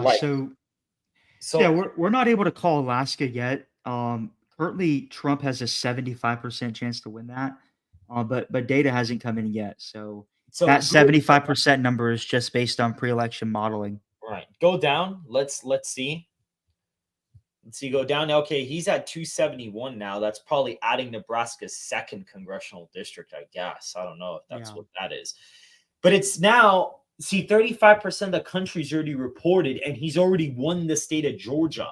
So, and it shows, and I think, would you have the final margin at like a 5-point win for Trump in the state? Let's look at the county map because I want to see what that looks like. This is the type of stuff we'd be doing on election night, guys. So let's look at that county map in Georgia. You see, look at that, guys. Look at that map. So he flipped a couple counties there. And even one of the Atlanta suburban counties is actually red too. So that's what a 5-point win would look like in Georgia. Look at that. Yeah, this So suburban county right here was it went for Biden in 2020. right. This county also went narrowly for Trump in 2020. Now it's a little more It's a now it's a little little more more Trumpy.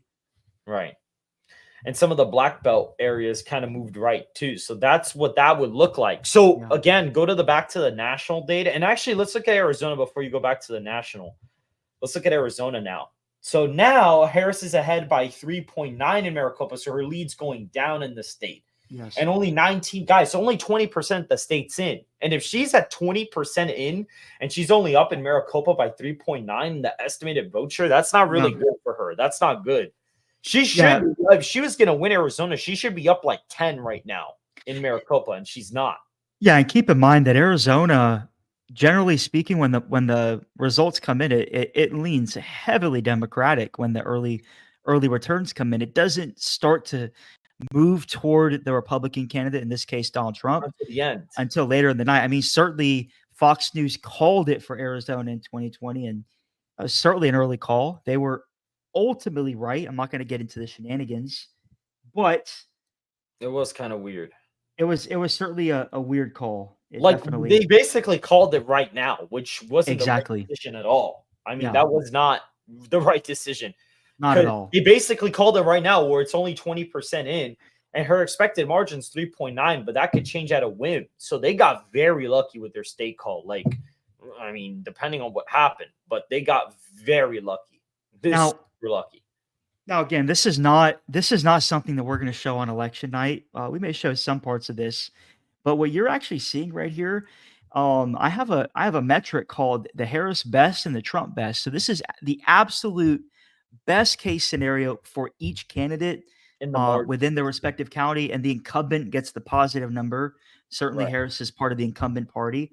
Trump gets the negative number. because he's not coming. Okay, yeah, that's fair. So in Arizona, in a best case scenario for Kamala, she could win by 500,000 votes, and this is like 99 percentile. That's obviously not going to happen. And then Trump is his best case scenario is 475,000. So this number will actually tighten, and this is actually another way that we're able to call states. So both of these numbers Right. are positive, then you can call it for the Democrat. If both these numbers are negative, you can call it for the Republican. Right. And go ahead and look at go Pennsylvania. I want to see Pennsylvania now. I want to Absolutely. see the data out of there. Okay, so Erie is not looking good for Trump there. Erie is not looking good. What's the margin in Erie? Erie is Erie. 8.4. 8.4. Ooh, and what's Expected the state margin. reporting at right now? What's the state reporting at in terms of how many votes are counted? 30 Because that is 32% in. oh, that is not good for Trump in Pennsylvania. If that were to hold up right now, I would say, I'd feel kind of iffy about PA. But again, if my prediction's correct, it would not be looking like this right now. It'd be a lot Not at all. redder.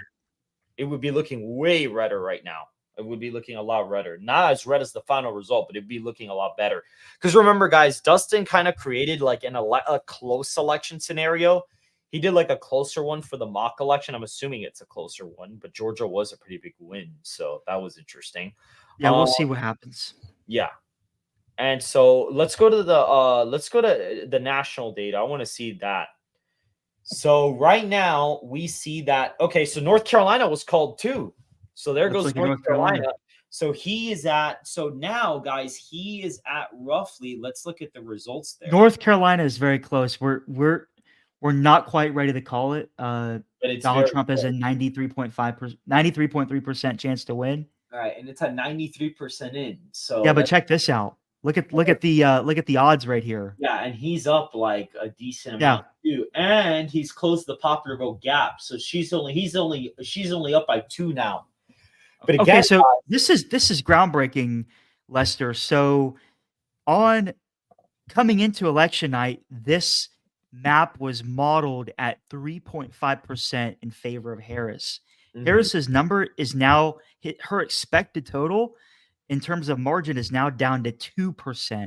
In other words, as the results come in, her model result is 2% in terms of her margin. in the popular Look at that. vote, exactly. Her popular And that vote, wouldn't be good enough to win. not at all. Look at that right there.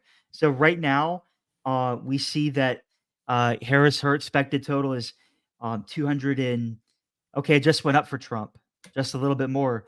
Trump now has a 64% chance to win the presidency. In Virginia, how's that?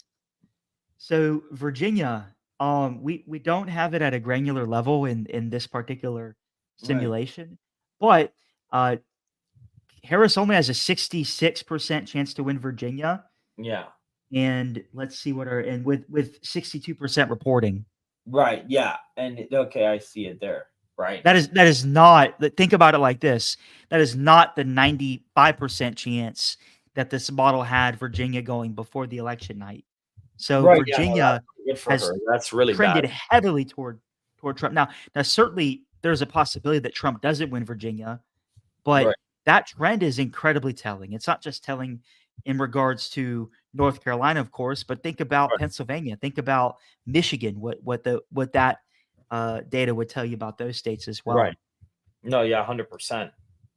Let me look at StreamYard and see what's going on here. I wonder if people from X have commented.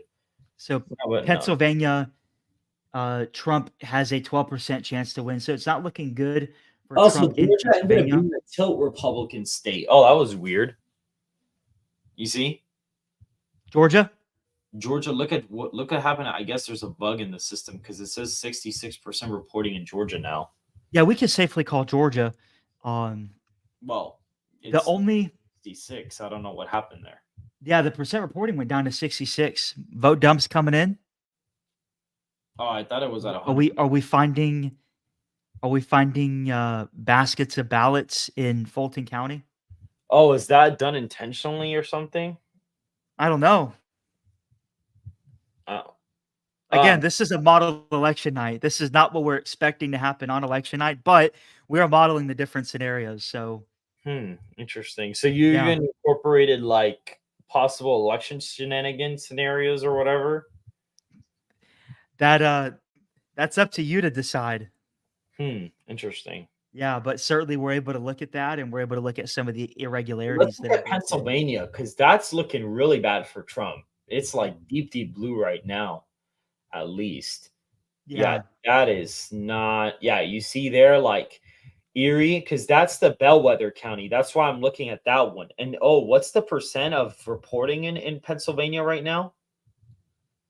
only 36. 36. Wow, and she's got a really high chance to win it. It's at 90. Yeah, Interesting.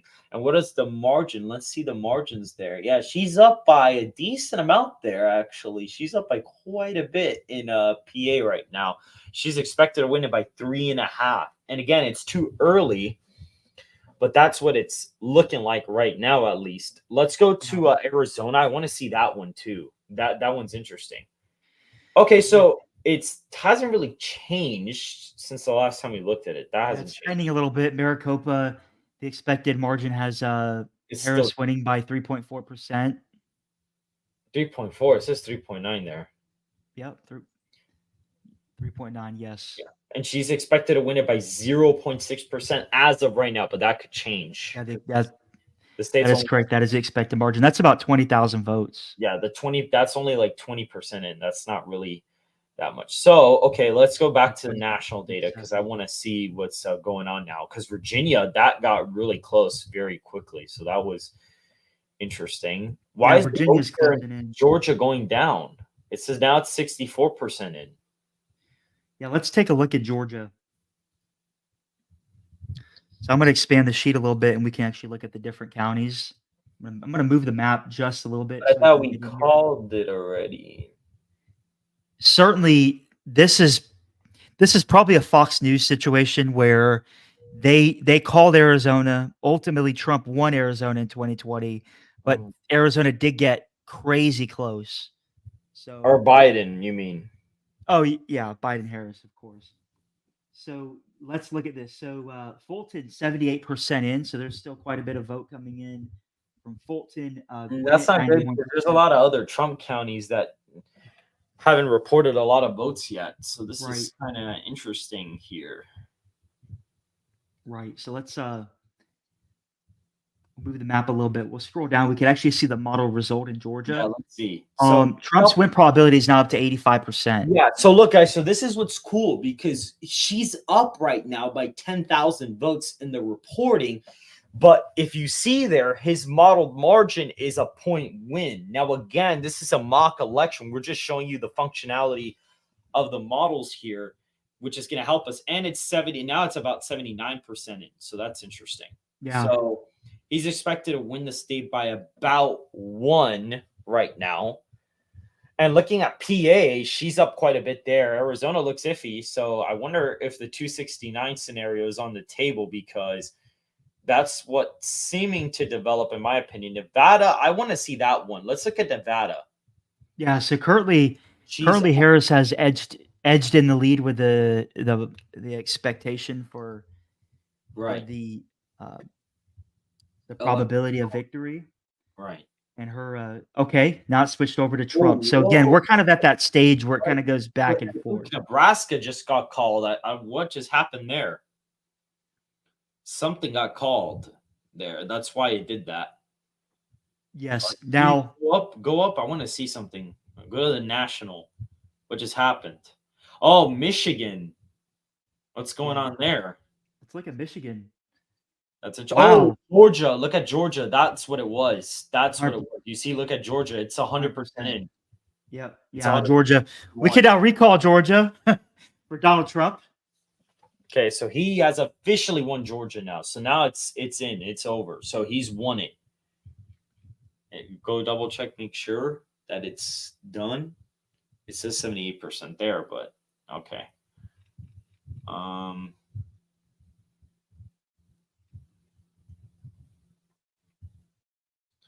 Interesting. Yeah. Oh, what just happened again? His odds went up. His odds went up again. You saw that? He's at 279 and 259. That's like him winning the Rust Belt with him losing other states. Oh, it's Nevada. Look at Nevada. So now he took the lead in Nevada. Do the county map for Nevada because that one should be an easy one for you to do. Absolutely. That should be an easy one. Georgia, he's already won it 100%. He just picked up Georgia. So his odds so we can officially he's expected to win it by 1.1, and the expected margin there. And Clark looks really weird right now. It's definitely not 141%. Not at all. Again, this is just behind the scenes numbers. This is not what we would actually display on the election night. This is, again, think about it like this. We're building the model on the stream. It doesn't get any more state of the race than that. We're literally building it out for election night. So speaking of building it out, I'm going to build that map for you. Let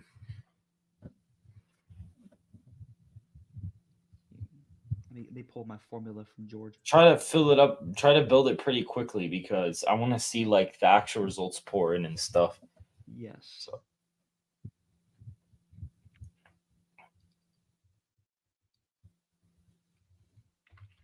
Cam, so I see in the chat that he's like a little bit confused. We're just testing out the election model. And what Dustin has done is he's basically created a model that helps us like call the states on election night. And he created his own scenario and he hasn't told me what the results are. So I'm watching like a fake election scenario happen, but it's cool because this is what I would be using on election night to call all the battlegrounds. This is what I would be using to call everything.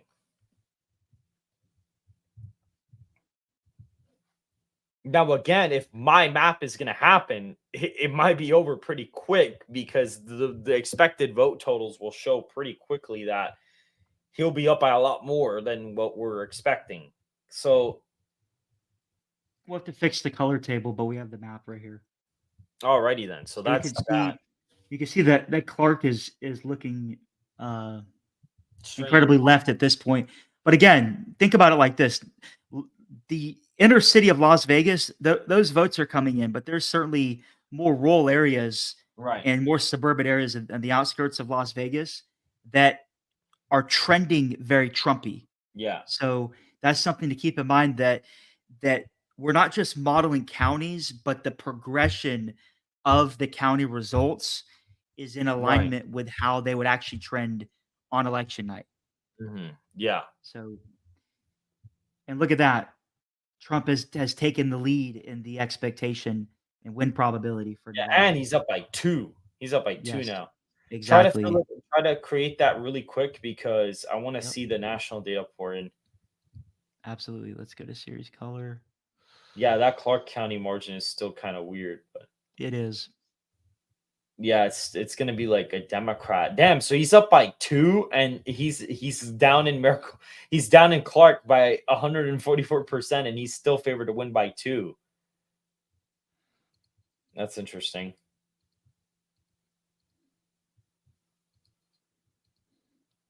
And he's up in Washoe. But yeah, right now, guys, the county map here is kind of looking weird because it's just kind of looking weird right now.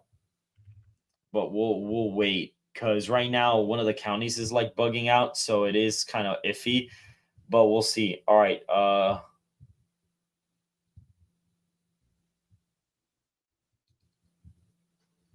I think the challenge right here is there's only 7,000 votes coming in. Yeah, but it's going to Harris, even though Trump's in the lead, though. That's the problem. You see it? Yeah, let's see. I think it has to do with the expectation. Let's see.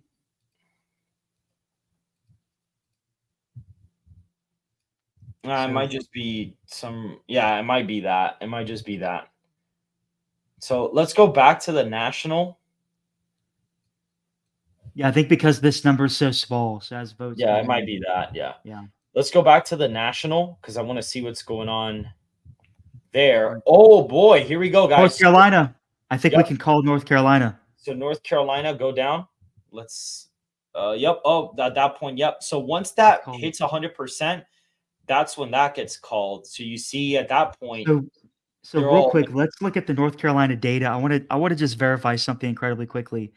Okay, so the best case scenario for Kamala is a Trump win by 15,000 votes.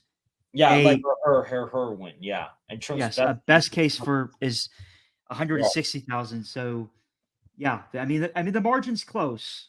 The margin's close, 1.5% for Trump, but there's enough votes in that we can now call it for Donald Trump. So we're gonna go back to the national, and we're gonna go ahead and put that on here for Trump. Right. So at that point, I don't know if the model's called it. Yeah, I don't really think it has. Go down. Yeah, I don't think that. Yeah, the model has. Oh no, it did. Carolina did call it. Yep. It did call it already. Go down. Georgia. Georgia. There. Georgia just flashed in right here. Georgia. We've already called that. So keep in mind that again, this is simulated results, so that number is going to flash on and off as more results come in. Go down. I want to see something. Go down really quick. Yep. And so there it is. So he's 78% the favorite. And what's the game time? 11:35. Yep.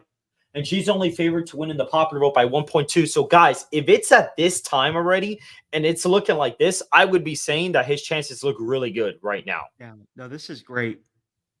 Like, if this is what we're seeing on election night, even if I'm wrong about my prediction, I would still be able to report to you guys, hey, he's looking really strong to win. Yeah. So that's what is happening there. Now, so Lester, you're gonna predict states as the results are coming in, and then we'll officially call it when we've seen enough. Right. So go look at the look at that. Harris numbers going down. Yeah, and go up. I want to see what the states are looking like right now because I saw Wisconsin. Look at Michigan. It's ready up. Michigan's coming in, but PA is closer now. So that's interesting in Wisconsin. Yeah, that's big time. Trump is up in Wisconsin by about 2 points. Michigan, Trump's up by 5 in Michigan right now. So that's why that's looking like that. He's up. Kamala's actually up in Nevada now. So that's interesting. And then Arizona, she's still up. But go to Arizona really quick because I want to see that there. So something I'm gonna build out for you is I'm actually gonna build out the margins state by state so you can actually see that. Well, no, that's fine. What do you want to see? No, that's not a big deal. Let's go to Pennsylvania. Let's go to Arizona. So you see now, go. Let's look at the. Check that out. Yep. So he's now favored to win. What's the expected margin? Look, let's go up. Yeah, see, she's up in Maricopa by the exact amount Biden won Maricopa by in the Yeah. expected margin, which isn't good enough for her because she's probably going to do worse in some other parts of the state. Now go to the right because we'll see how many votes have been already called in so far. So like go to Yeah, the right. just think about it like this. Trump is Move to the trending right. heavily with Hispanics, Yeah. and Maricopa is one of the more wider parts of Arizona. Yeah. Move to the right, like of the screen. So you see 31% in, and he's already favored to win Arizona. And she is up there right now. And then we'll look at the exact votes in Maricopa, because then what we could do is, okay, the expected margin is at 2.2, but like scroll to the left. You see, look, she's barely up at Maricopa. She's not, that's not good enough for 33%, and that's not good enough. Biden was up by way more in Maricopa. Yep. So go back to Nevada. You see, look at Clark is getting County's closer. margin. Look at Clark County's margin. She's only expected to win it by 7. And I'm not sure exactly how much Biden won it by. Let's like look that up. We could actually definitely not the 144% that we Yeah, saw look, earlier. see, that's worse than Biden. That fixed Clark County margin's worse than Biden. So she's favored, but it's not by a lot. And how much of the states called already? How much it's reported already? Let's see. I'm gonna make this sheet a little bigger. 21%. Yeah, see, that's not good enough for her. She has to be up by more than that. She'd have to be up by more for her to actually really have a shot at winning. And you see, she's still up. She's favored by 1.3, but it's not good enough. Now let's go to PA. Go to Pennsylvania. Okay, it's looking a little better for her there. Oh man, my lights are running out of battery now. Oh great. Oh man. Hopefully this is something that can be resolved on election night. So I'm not like my studio lights are not dying, but let's see. Let's look at the national values. North Carolina still. Again, Georgia's gonna go back and forth, but we could certainly call Georgia for Right. Oh wow, look at Michigan. Wow. And then he's the favorite in Arizona now. You know what's funny about Georgia? So we've called it for Trump. Trump is expected to win the state, but Kamala actually has the lead. That is crazy. But why? Kamala has the lead, but there's enough areas. Justin, why do you keep having it to where I don't understand? Why do you keep having it where the percentage of margin keeps going down? Let me fix that real quick. No, but it's not even that. I'm just asking, like, why do you have it to where the reporting number keeps going down though in Georgia? I think the cell value is incorrect. So I'm going to fix that right now. So it looks like now he's the overwhelming favorite to win the election, because look at all the battlegrounds. And I think Virginia at that point already got called already. Yeah. Virginia just got called. Just for both of our sanities, I'm going to make sure that we get these numbers in. Now, again, check this out. So there's a model turnout, and then there's the actual turnout that'll take place on election night. Right. So as we get more information about what the actual turnout looks like in comparison to the model turnout, some of these percent reporting numbers are going to deviate a little bit, because I'm not only modeling what the expected return is, but there is an accounting for how things change from the expected value to the actual value. So that's part of what you're seeing there, if that makes sense. So certainly in a lot of these states, certainly the turnout is higher than what we would expect. And maybe that'll give you some indication of what conclusion you can draw from that. You know, what is a high, I mean, this is a question I would have for you, Lester. Would a higher turnout election favor Trump, or would it favor Harris? It would favor Trump. That's my view. Yeah. I would agree to that.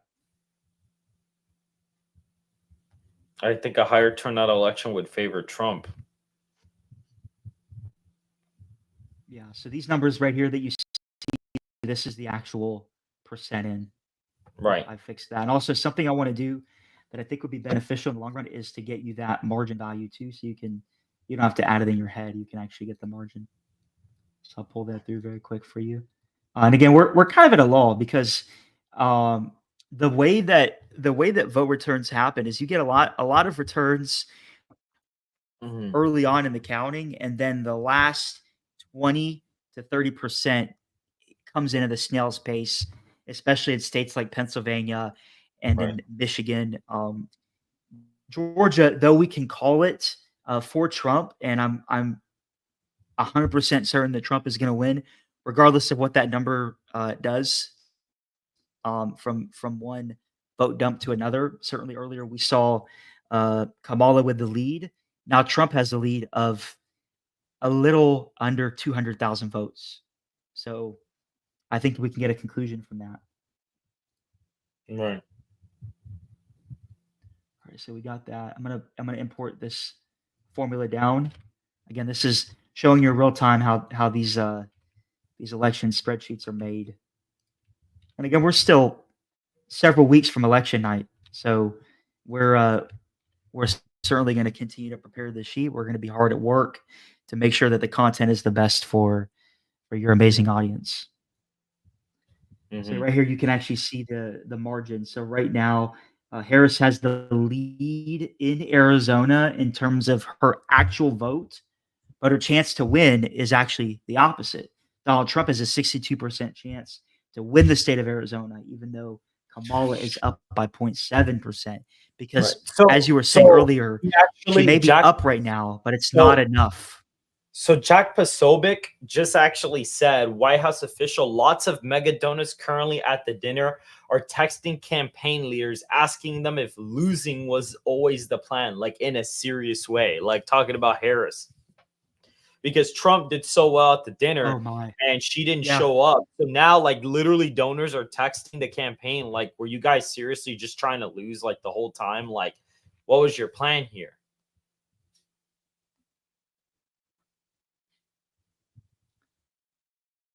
Do you see this?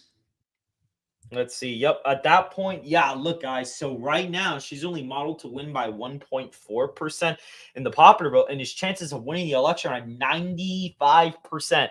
And it is currently almost 12 a.m. already. Yes. It's almost 12 a.m. So at Yep. this 12 a.m. point, We I could. would be telling Yeah. everybody, at this point, I'd be telling everybody, yeah, he's probably going to win. At this Yeah. point, I That. would be saying he's got a So really good chance. we don't know how. At this point, we wouldn't know how Trump would win. You only need 270 electoral votes to win. Obviously, everybody watching this stream knows that. But Right. keep in mind that right now, the expected total for Trump based on this is about 293 electoral votes. Right. That is safely in that 270 plus range. So we Right. don't at this point we Cody wouldn't know Austin how Trump would get the 270, but we would be absolutely confident that he would get that 270 number. Cody Austin for 10 says the younger voters all pretty much favor Trump. I was 19 when I could vote for Trump in 2020 and I didn't. Plus, people my age see right through her, and I think a higher turnout equals younger people showing. Yeah, I mean, yeah, that's true too. That's actually very true. So yeah, he is currently the favorite. Go back up. I want to see the map.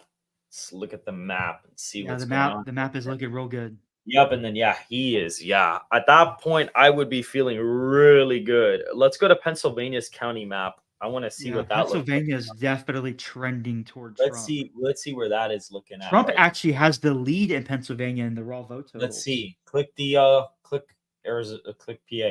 So at this point, go up, man. Because why is Erie? Oh, it's so weird. Why is Erie?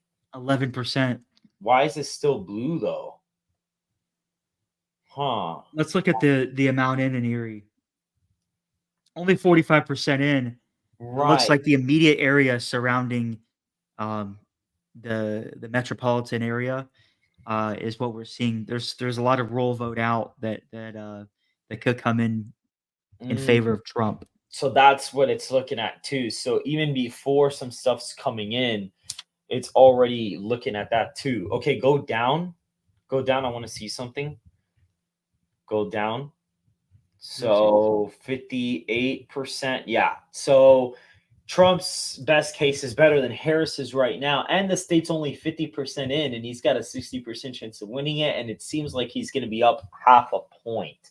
Yeah. That's what it's looking like right now. Now go to Michigan, because that one is like he has got a really high chance to win that one. I don't know what's going on there. Yeah, he's got an 80% chance to win it right now. Go to Macomb. Go to Macomb. It's up. It's more up. Go to Macomb. I want to see that one. Expected margin in Macomb. It's tied right now, and he's still got a high chance. My. That county, though, if Trump's going to win Michigan, he's going to win it by at least over 10. So, that is crazy. Tied in Macomb. Yeah, well, that's a big deal. Well, he's won Macomb, though. But since the state's reporting early right now. Exactly. At this point, at the expected margin. We see Harris is up, but the expected margin is about a tie. But the problem for her is that county's always been red. So as the night goes on, it's probably going to continue to get redder and redder. Exactly. And redder. That's what I'm saying. Because currently, in the raw votes, Harris has the lead in Macomb. So the fact that Trump is tied in the expected margin in Macomb, because certainly the vote that is coming in, as it comes in, takes more weight than any model number pre-election. Go to that's a good sign. Go to let's see here. Look at National? Nevada. No, Nevada. Let's go to Nevada. I want to see that one. Yeah, so Harris screwing up. I don't know what's going on there. Even though Trump is up, I don't know why it's going to Harris there. Let's see that. Yeah, I'm curious to see what's happening there.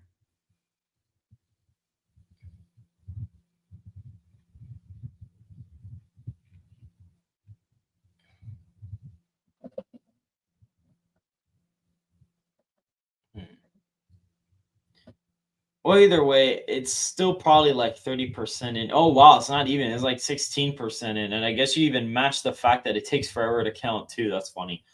Yeah, so Clark, I don't want to give too much away, but I don't expect Clark to be counted in this live stream to the extent that we could make a truly educated call in the state.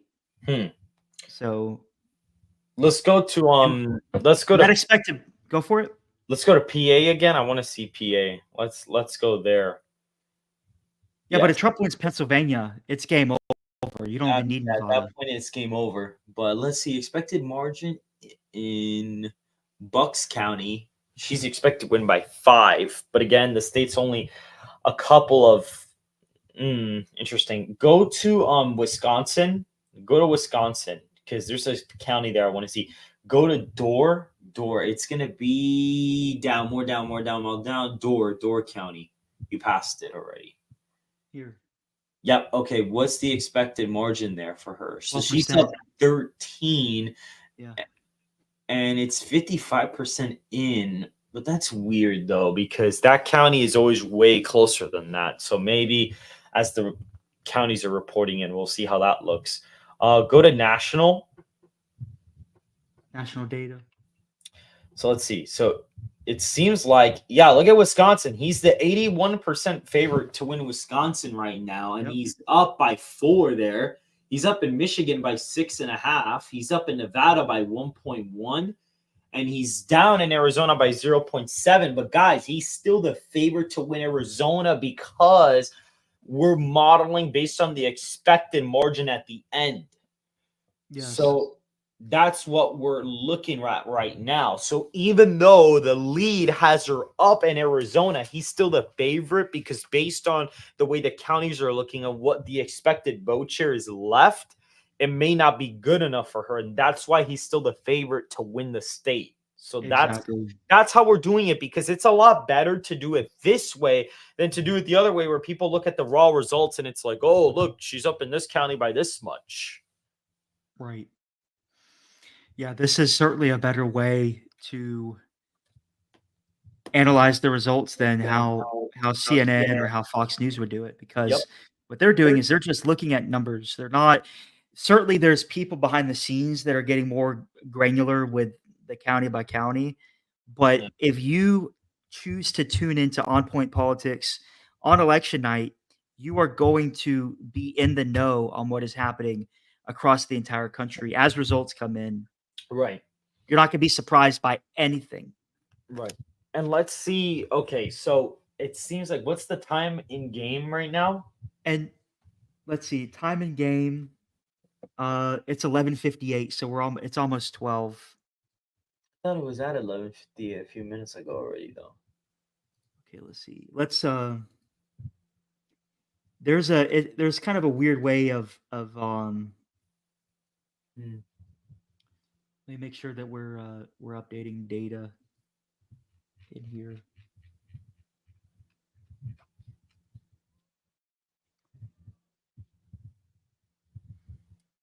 Like I said before, the simulated results are a lot more buggy than the system that we would have pulling in real results. Mm-hmm. So,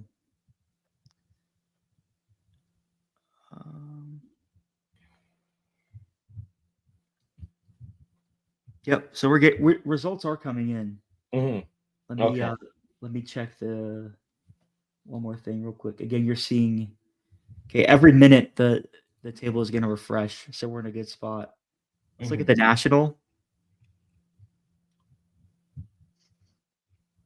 So still roughly looking the same kind of, and he's already won Georgia and North Carolina. So at that point, Pennsylvania and Alaska, those are the ones we'd be waiting for at that point. And oh, look, his odds went up even more. Now he's at 294. I guess that's Alaska starting to, I don't know.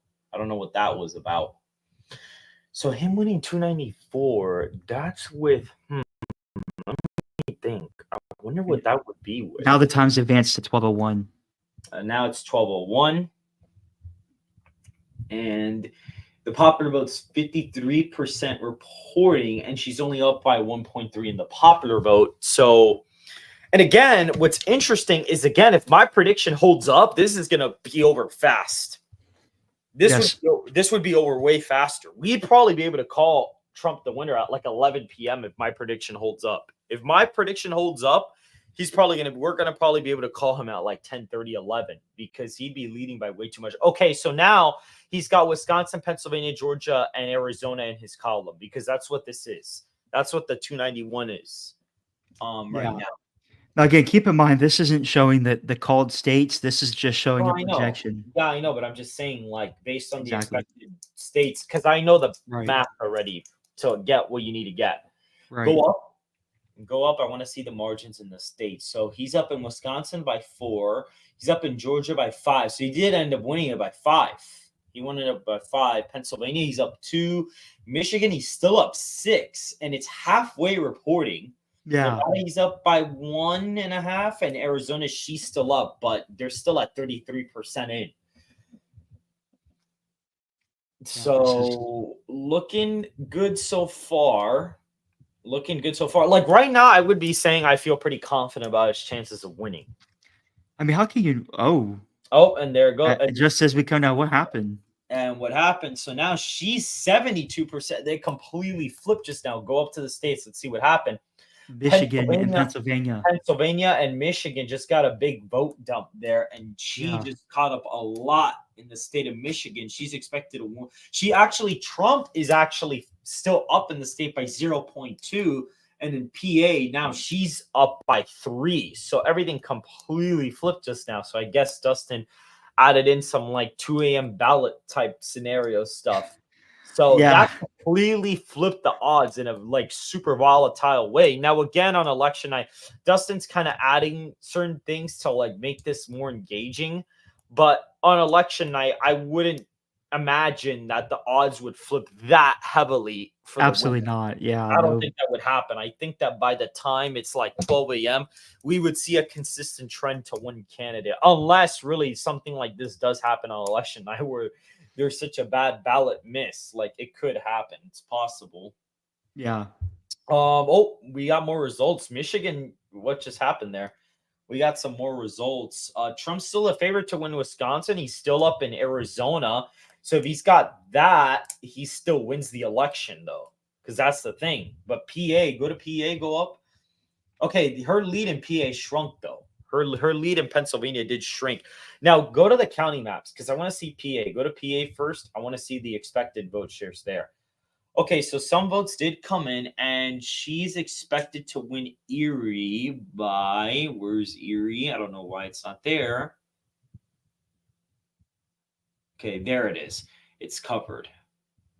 11. So she's expected to win by 11, and it's 45% in. So we're still waiting for votes. So again, guys, the state's like halfway in. It's not even like over 50% in. So there's a lot of outstanding votes left in the state. Because again, we're not looking at the raw data coming in. We're looking at the expected vote shares that the model has created to give people a better picture of what the state is currently looking like based out of our modeled expectations and the data that is getting pulled out. That's a better way to look at the election because you don't confuse people as much. And like, let's look at, like, for example, Center County, if you can find it there. Where that is. It's the one in the center. It's the blue county in the center. That one. Yeah. Center County. I wonder what the margin is there. Because, yeah, it's being covered up. Okay, so she's expected to win it by 4. So we're going to pull up Center County from 2020. Biden won it by 5. So again, guys, like, he probably has it so certain areas are counting more and certain counties are more reported in, but you see, like, her expected margin in center is worse than Biden's performance in 2020. So at that point we could say, okay, yes, she's still expected to win Erie by 11, but it's only 45 in. But Center County is like more in, and it's way closer than what it was. It's a little bit closer than 2020. So at this point, I'd be saying it's still a mixed bag. Let's go to Arizona now. Okay, so in Arizona, it's still the same. Nothing's really changed in Arizona. Nevada. Okay, nothing has changed in Nevada either. Nothing's really changed. He's still the heavy favorite to win it, though. Go to Wisconsin. Oh, wait, go back to Nevada. Something just happened there. Okay, so that changed very quickly. So she's the favorite to win Nevada now, but certain things narrowed up really fast. So there was a huge vote dump out of Clark County. There was a humongous vote dump out of there. And she's expected to win Clark by 11, but the state's only 30% in, and that's not good enough for her. Because usually when Democrats win statewide, they're up in Clark by way more than that. Now, go back to the national. You see, so now Michigan's back to being at a 90% favorite for Trump right now. 90%, and it's 58% in. So again, guys, even if a state's at 90 in, it's still not good enough to call it. It's not good enough. You have to wait until it's like way higher than that. It has to be a lot higher. It's got to be a lot higher than that. It really, once a state gets to like 99, that's when it's like, okay, we're ready to basically, that's when you can call it. Or once it kind of hits like, yeah, once it basically hits 99, that's when it's like, it's in real danger of being called already. That's kind of what we're looking at. And it's coming in here, but it seems like Trump is still a favorite in Wisconsin and in Arizona. So as long as he's the favorite in those, he gets 272 and he gets over the finish line. So again, guys, like, looking at this, that's what we would be saying. We'd be saying, okay, he's still up in Michigan. He's still up in Wisconsin. He's still up in Arizona. So he would still be the favorite. And if we even go down, scroll down really quick, Oh, let's look at the national odds. Yep, he's still the favorite to win at 87 now. And she's only projected to win the popular vote by 1.4, which isn't good enough for her. That's not good enough at all. That's very bad. That's not good enough. Oh, but then Wisconsin, something happened there. So you see now in Wisconsin, something just happened. It's probably a big vote dump out of Wisconsin. She's now up by 2 in the state, and now she's the favorite to win Wisconsin, but he's still up in Michigan. But what happened in Wisconsin, probably Milwaukee and Dane just dropped some votes. That might have been it, because her lead expanded very heavily there. Her lead expanded. Now, what's the time in game right now? It's 12:24 a.m. Because remember, we sped this up for everybody, so we're not just waiting here, for like hours to see a fake election happen, because that'd be a waste of everybody's time to see it play out fully. But we're doing like a sped up version of it, basically. That's what we're kind of looking at. We're looking at like a sped up version of what's going on. Michigan's oh, look at that. Michigan, whoa, that narrowed up very quickly. Huh. Okay, that's interesting. So Michigan narrowed up very fast. It would be interesting to see the county map. Let's go to Pennsylvania, because she's got a 99% chance rounded to win PA. But how many votes are in right now in PA? 53, and she's at a 95% chance, and she's up in Lackawanna, she's up in Northampton, she's up in Erie. Again, it's halfway in, but I would probably be saying, if these were the results I'd be saying, guys, we got to be careful about PA, because she probably is the favorite to win PA as of right now. I'd say she's the slight favorite to win PA based on what we're seeing here, but that could be very subject to change very easily, and she's now the favorite to win the election with 270. With Nebraska's second. And did Nebraska's second get called already? Let's look at Nebraska's second. What is that looking like right now? She's favored to win it by a decent amount. And then now she just went up in the odds again.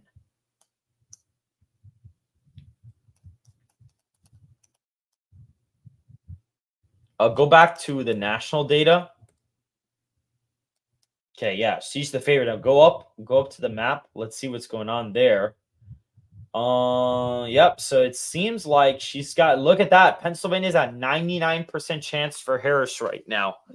It's at 99%. And again, guys, he hasn't even told me what the results are. Like, I don't know what they are. I don't know what's going to happen. All I know is that Trump's already won Georgia and North Carolina already, which would be a good sign for him. That would be a good sign. Go down to, let's go down again. Let's go down. Let's look at let's look at the electoral votes that have been called. So a state got uncalled for him because he's back down to 231 now. But his odds just went back up again. Georgia got uncalled. Go back up because his odds just completely flipped out. Now he's the 90% favorite to win the election. Go up. What just happened? Oh, look at that, guys. A big vote dump right now. A humongous vote dump just came in. And now in Michigan, he's the 97% favorite to win it. He's up by 6, and it's 63% reporting. Now, again, if my map happens, like my prediction happens, he'd probably be up in Michigan right now by like 11. And at that point, the model would have probably called it. I don't know if the model would have called it for him already, but it could have called it already for him. If my prediction holds up, because I have him winning Michigan by like 4 to 5. So if that happens, if that actually occurs, and see, look at Pennsylvania now. Now it completely changed. So let's go to the map. So you see that narrowed up quite significantly. Let's go to Erie. Let's look at that. Let's look at Erie. Let's see what's going on there in the expected margin in Erie. It is now an 8-point margin expectation for Harrison. It's only halfway in, which is not good for her. So again, guys, if you noticed, looking at these results, I haven't really made any crazy calls right now. I haven't really predicted where the states are going to go because it's been too early in a couple places. Now go to the national data again.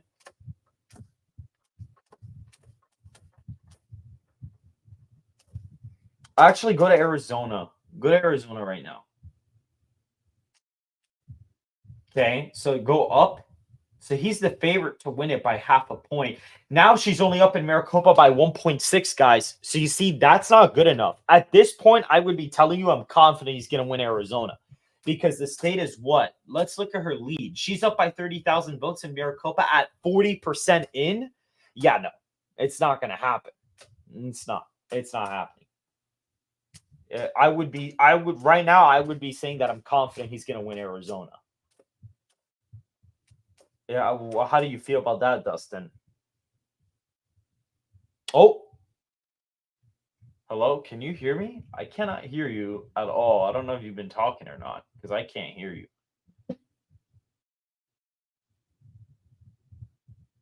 I cannot hear him.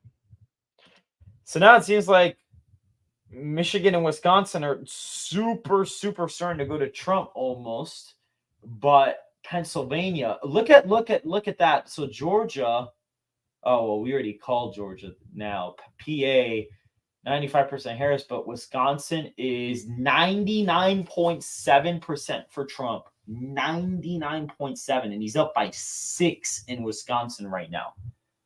He's up by 6 in the state, and it's 70% in. So we're getting into the closing hour of certain states being reported, guys.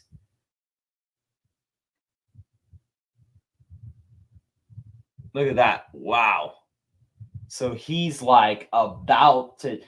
It looks like Wisconsin and Michigan, maybe they're going to get called. Who knows? But right now it's looking really odd because he's like super close to getting called in that state. Now, Dustin, I can't hear you. I don't know if you know, but I cannot hear you at all.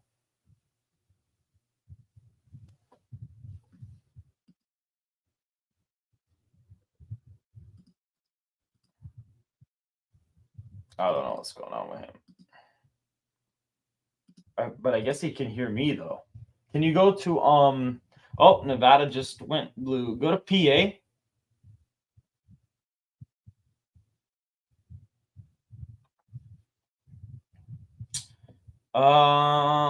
The margin in Erie is 9 now. Interesting. Go to Arizona.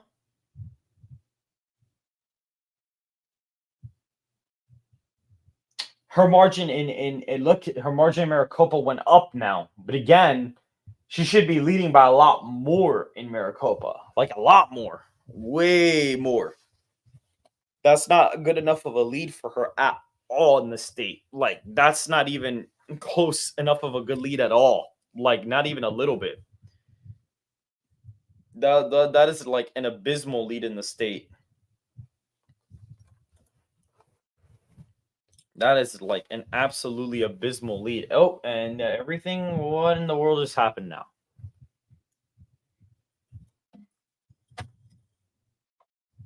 Okay, so go to the. All right, go back to national.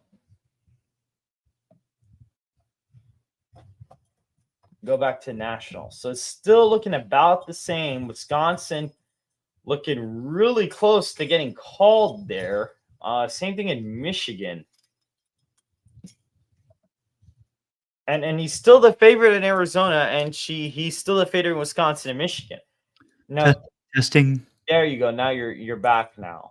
Yeah, so back. What do you think would be going like right now? If you were to be seeing this on election night, what would you be saying right now? I would be very curious to hear what the boots on the ground are saying in terms of the states. Oh, what in the world just happened now? Okay, so now her odds in Wisconsin just completely went up now because now Looks like Dane County. Looks it's like a Dane County results coming in. It's Dane County results coming in. Yeah, 78%. Big vote dump in Dane just went in. Right, and she's expected to win it by 53 in Dane.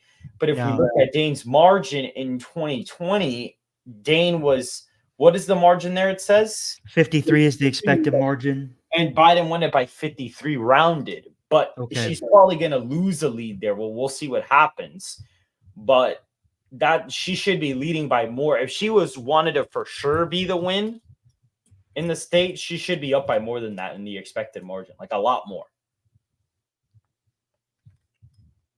Look at PA, Pennsylvania.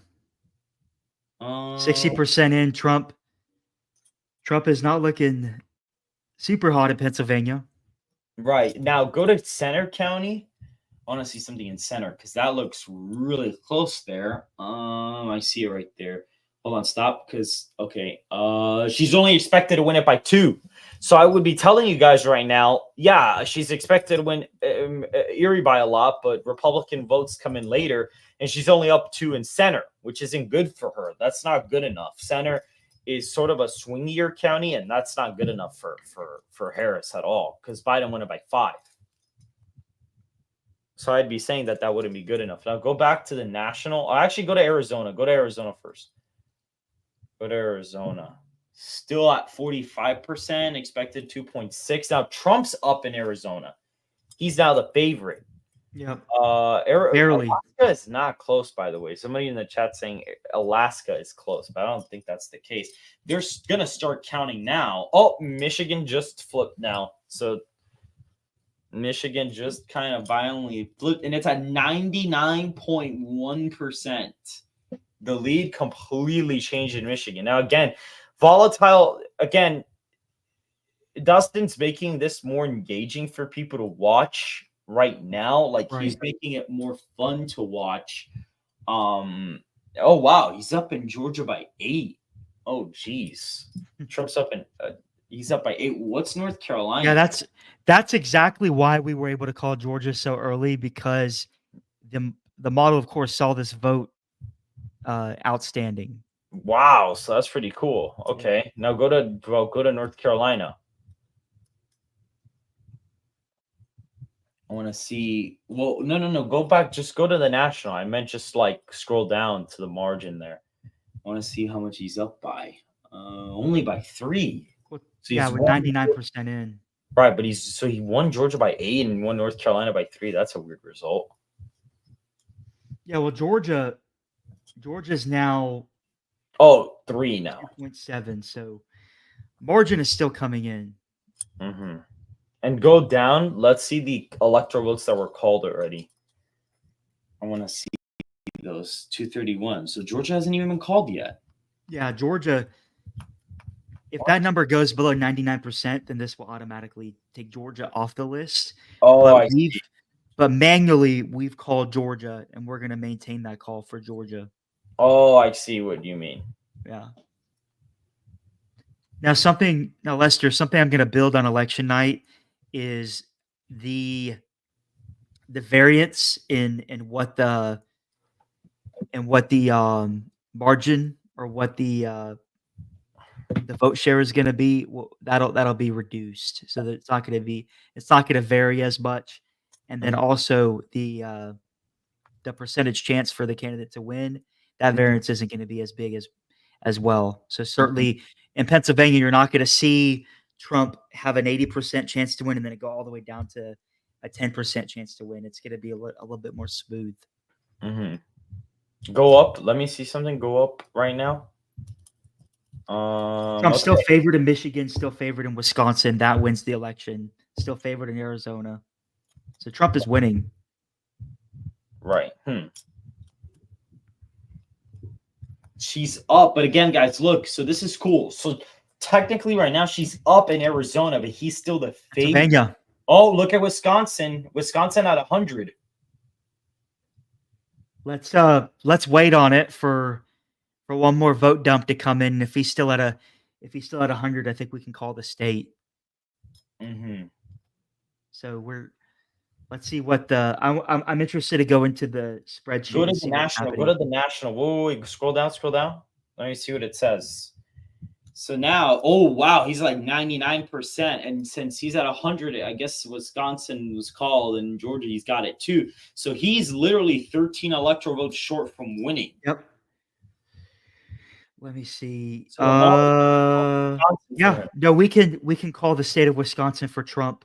So there you go. So he wins Wisconsin, and at this point, guys, what is interesting is more than likely me and Dustin would talk about this and would probably kind of look and see where we're standing at on election night. But more than likely, oh, look, And another look at PA. came in. Oh, PA, yeah. Look, another vote dump just came in Wisconsin, and he's still at 100. So Michigan Called is the state. The state's called Wisconsin. Trump is now in that. Right. But right. So now he's 13 electoral votes away. So PA would get him there. Arizona Arizona would actually get him there, I think. We just gotta wait for Alaska. We'd have to wait for Alaska, but Alaska should be counting now.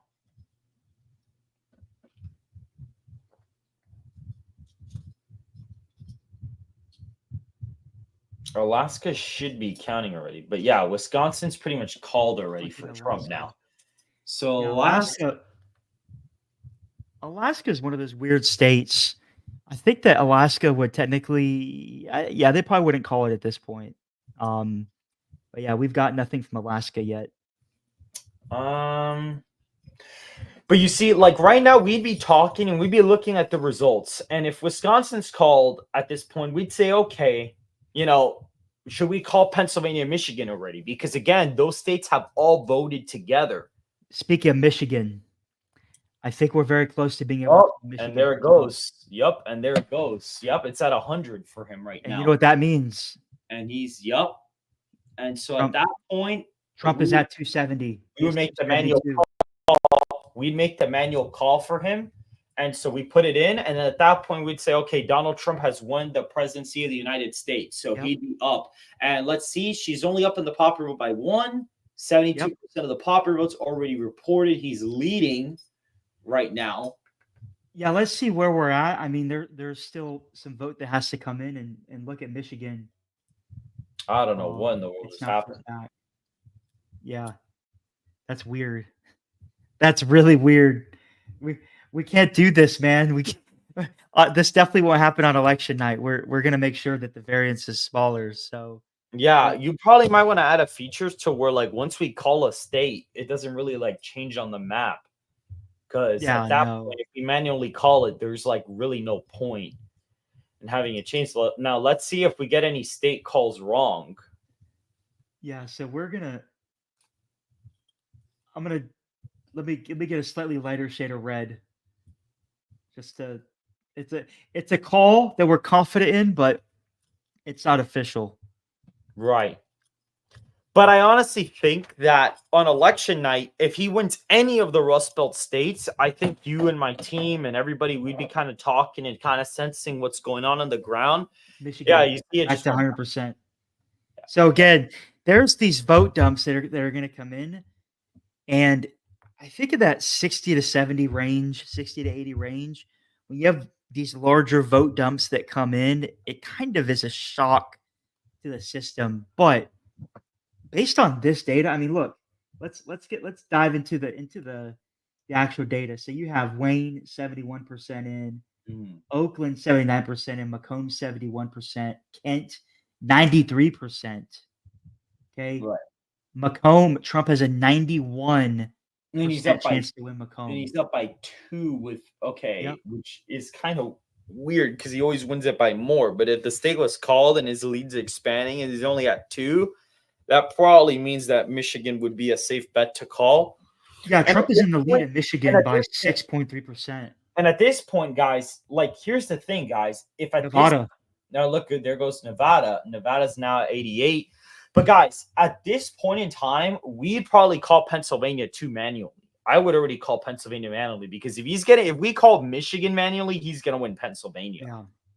So at that point, us being tactical with our knowledge of the states, if he's winning Wisconsin, Michigan, or Pennsylvania, we'd look at the other states and where they're at, and we'd make a risky call. Because if we call one of the Rust Belt states, we'd call all 3 at the same time. Because they always vote all together. Yeah, so technically they always vote together. Yeah, technically Trump has 273 electoral votes. Mm-hmm. Yeah. But right. I'm not 100% sold with that. The model is giving Trump both Wisconsin and Michigan. I think we can call Wisconsin, but Michigan is. I want to see more data come in from Michigan before we fully make the call there. Mm-hmm. But it's looking really good for Trump. I mean, he's up by 5%. Right.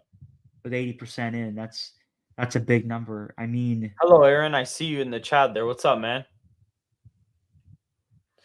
But no, yeah. So yeah, he's up by quite a bit. Yeah, no. At this point, I would be saying, because if we already called Michigan or we called Wisconsin already, at this point, I'd be like, yeah. I mean, he's probably got it at this point. In Nevada, look at that. He is killing it there. I think he said he's up in Washoe, or like he's down in Washoe, not by like a lot. Yeah, he's only down like 3 in Washoe. yeah. Is decent, I guess. That's all right. And he's expected to win it by 4. And that's with Clark acting kind of weird. Let's go to Arizona. I want to see that one. Okay, she's expected to win it by 3.3, and it's 50% in. So at this point, I would say things are looking kind of weird in Arizona. Maybe there's a pretty big leftward trend there. But either way, she's not even holding up good enough right now. She's not holding up well enough. For if being 54%, she's not holding up well enough in Arizona. She's just not.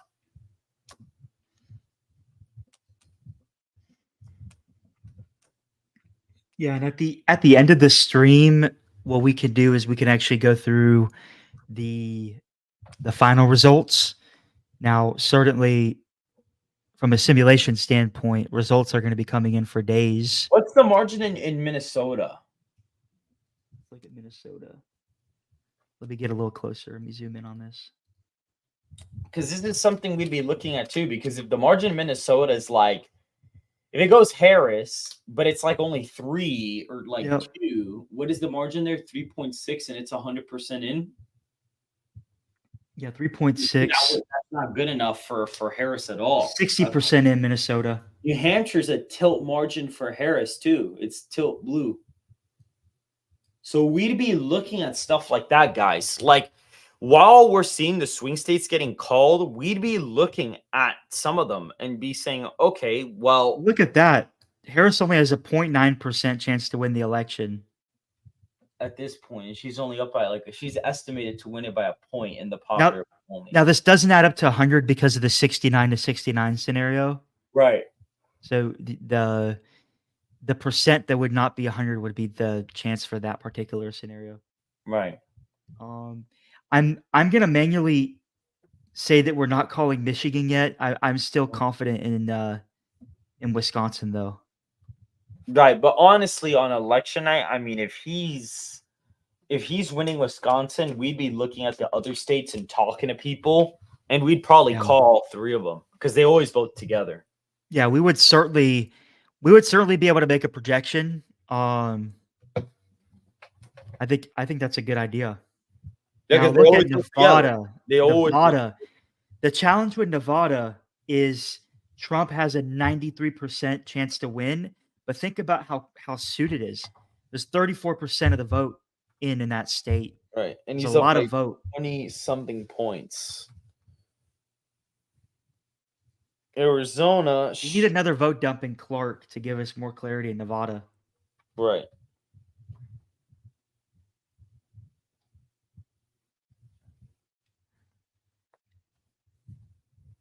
Interesting.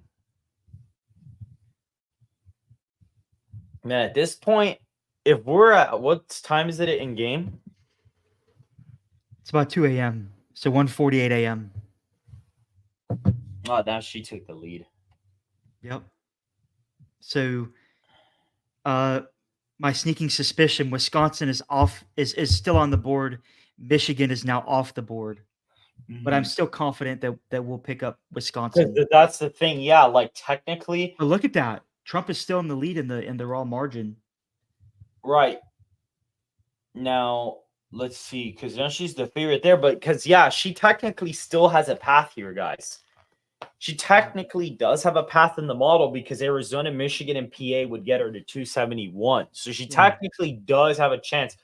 But once she loses Arizona for sure, Like Yeah. once she loses Arizona, that's when it's over. Yeah, the model must see something in both Michigan, Arizona, And Pennsylvania. as well as Pennsylvania to get that number. Yeah. Wow, so that's interesting. Now, let's see, we had another vote dump come in. Go to Arizona. Whoa, look at Arizona. Yeah. Arizona's like, go to PA. What's that PA now? Oh, that's so weird. She's still up by 2.3%. Right. And it's Yep. 71 in. Yeah. Georgia's been just fluctuating in a really weird way. Go to Arizona's map. I want to see that because that is looking really good for him. Oh, and then look at that, guys. Maricopa. 51% in, but Maricopa is only a point for Harris. At this point, I would be saying she probably isn't going to win Arizona. Yeah. At that point, I would already be saying she's not going to pick up the state of Arizona because she's not holding up well enough. Let's look at Northampton. She's expected to win it by 3%, and Biden won it by tilt margin in the final tally. Look at Lackawanna. Lackawanna Is Biden. How much did Biden win Lackawanna? Let's see. We could look that up right now, actually. Lackawanna is 8. He won it by 8. Right now, the projected margin is Harris by 3. Harris by 2.7. That's not good enough. Erie 8. That's plus 8 for Harris. I mean, that's still pretty good for her, though. But you would see, like, certain counties, it's kind of weird, you know. So go to Yeah, I mean this result right here would certainly not be a best. It would not be a best case scenario for Trump by any means. Right. Go to Nevada. Yep. Yeah, Clark's acting up again in the model. Yeah, there's some weirdness going on in Clark. But he's got a 93% chance to win in Nevada right now. Go to Arizona. Still looking the same. Yep, still about the same. National. Ooh, there it is. So, yep. I mean, he's already won Wisconsin, North Carolina, Georgia. So, at that point, I would be very confident he's winning because if he's up in Wisconsin by how much? By 5%? Yep. If he's up by 5 and it's 85% in, I would call Pennsylvania already. Yeah. I would have already called it. Even though she's up and even though she's got a 96% chance there, I would already probably call Pennsylvania myself because there's no way Wisconsin is 85% in and there's no way Wisconsin's 85% in and he's up by 5 or 4 and he's gonna lose PA. Oh, Michigan. 100% in Michigan. By 6 in Michigan. Chance to win. Yep. 100% again, and it's 88% in. So go to Michigan's map. I want to see something. Go to Michigan's map because it's almost done counting. I want to see. We don't have a map, but let me build that real quick. Yeah, go ahead and do that quickly. Yes.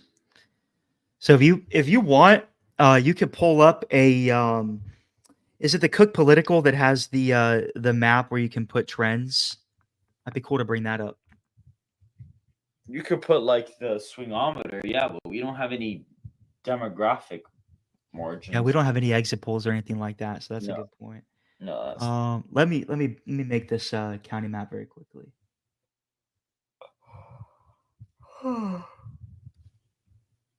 So we're simulating the length of election night. It's going to be a late night for sure. Hopefully it's called early, but more than likely it's going to be a late night. Yeah, it's possible. But if my map holds up, it's going to be early. Yeah.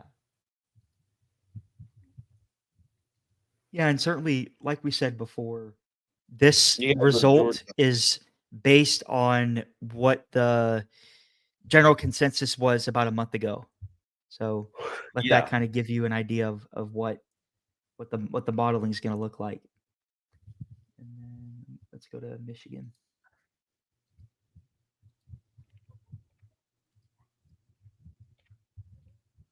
Okay.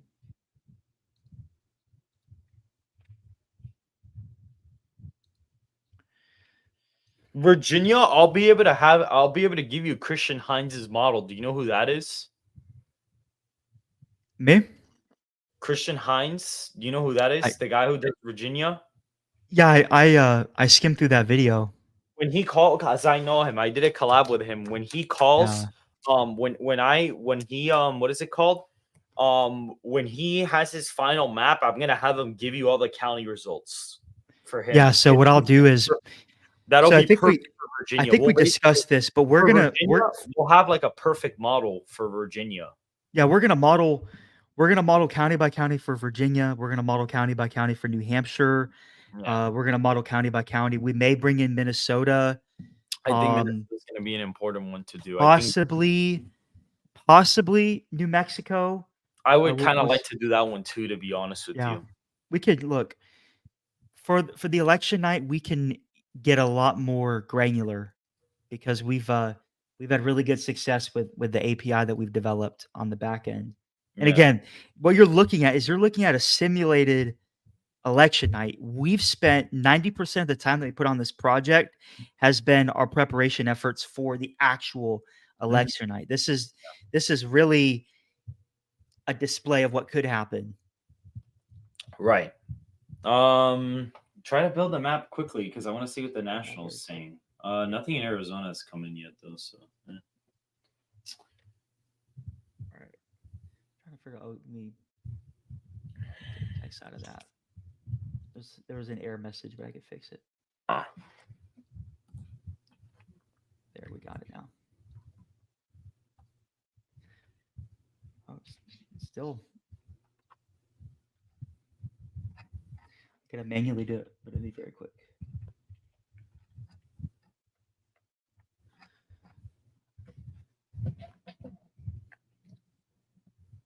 Oh, we already have data. Oh no, we've already. I gotta change the name from Arizona.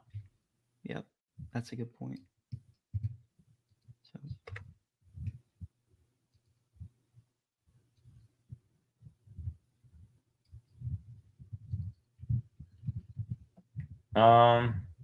Yeah, try to build that map quick, man, because I think we probably missed a call or something. Let's look at the national. Yeah, Michigan's in. Yeah, we can call Michigan. Yeah, it's in. It's in already. Yeah, and then at that point, he's. Oh, what just happened? Oh, Arizona. Arizona's close. Now on the election night, every state will have a map, and then certainly we'll be able to look at other websites and such as well. Right. So North Carolina, almost 100% in North Carolina. Right. Georgia. That's a crazy result at Georgia. Yeah, that's huge. Yeah. Nevada. PA, he's up now. Another big dumping from Clark came in Nevada. Yeah. Go to PA, scroll to the right because he's probably up. Yeah. Yeah. Yeah, at this point, if it's 2 a.m. and the map's looking like that, I would be feeling real good.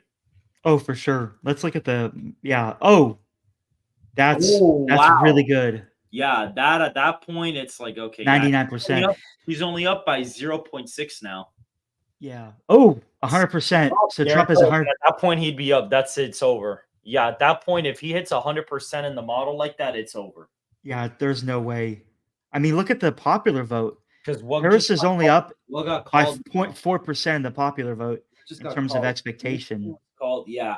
What just got called? Because that something must have gotten called. Go up. Oh no, I guess some results just started pouring in. I guess it's the chance in PA. But yeah, at this point, like it would have been over. So my call in the Rust Belt would have been correct to just call all three already. Would have been correct to do it already. Right. Yeah, Pennsylvania is looking pretty good for Trump. It's looking better for Trump. Still 78% in. Okay, but go to Wisconsin because I want to see like the final expected margins. You never got to finish the one for Michigan, but I just want to see because I could look at Door County and like really analyze it. Door door. Where is it? You passed it. There, it's right there. Oh man, you go I gotta down. do it. I gotta do an alphabetical. There it is. Okay. Yeah, Harris up by. 8? Yeah, That doesn't make any sense. I mean, that's weird. well, I mean, I guess it's probably the What's result you made in the state, but what's the demographic in Door? Well, definitely would not. If he's winning Wisconsin by 6, she would not be winning it by 8. Biden won it by 1.5 last time, and Trump won it in 2016 by 3. So if he's winning the state by 6, he's probably winning that county by like over 10. Yeah. I don't have my. Oh wow, RNC. Oh, look at this. RNC breaking at 12:07 p.m. Breaking. RNC Chairman Michael Watley is confident that the results of the 2024 election will be known on election night. That means that their internals must be looking pretty good. They must be looking like my results. Yeah. Yeah, no, election night's gonna be really great. We're certainly gonna put a lot of hours in preparing for that so that we have the best content on YouTube. Yep. And like I said, we're gonna be bringing in a an outside plugin that'll really it'll really make the data sing and dance. Yeah. Aaron, I'm gonna call you after the stream, by the way, because I think we'll probably wrap up here soon. I don't know what time is it in game. It's about 2:36 in game. I think we could probably wrap it up by 4 a.m. in game. Yeah. We're pretty Aaron, I'm gonna close. call you after this in a second. I'll call you after the stream's over. Yeah, we're pretty close. And Trump, yeah, I mean Kamala's chance to win in Pennsylvania is up, but I think that's attributed to the variance being too high on that. I think based on the results that we have coming in, look at Trump. Yeah, it's this is the trend that we're looking for. This would honestly be so satisfying to see, man. This would be so cool. I mean, look at this, 100%, like right here, like Yeah, it's 100. I He's mean, already guaranteed over 300 at that point because the only one he's that's not guaranteed winning is the race. Arizona. I mean, look, if Harris has a 0.0% chance to win in this model, I don't care how high the variance is. There's no way that Harris is actually winning the election. If we're on election night and it's if it's anytime, if it's 2:36 a.m. Eastern, if it's 11:24 Eastern, it doesn't matter. If we are showing you that Trump has a 100.0% chance to win the election, that says everything. There's not either that's literally saying there's a 0% chance for even the 269 result. So if Right. you look I at know because the model can be iffy, but whoa, again, there's something with this variance that's really weird. What just happened? go up. Michigan, something happened with Michigan. Michigan that's got what real it was. close again. Look, why don't I quickly build Michigan? I want to build that very quickly. If that's okay. Yeah, go ahead and do that.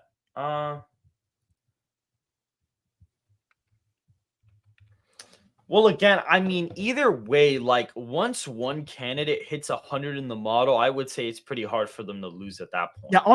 Now again, this data, the thing about this data that we have, this mock election night was built with a lot of randomness. We used a random number generator, and the challenge with that is you are introducing variance. There's certain patterns that come from the actual return on election night that'll give us greater confidence, and the variance will be lower too. We'll on the back end, we'll lower that number.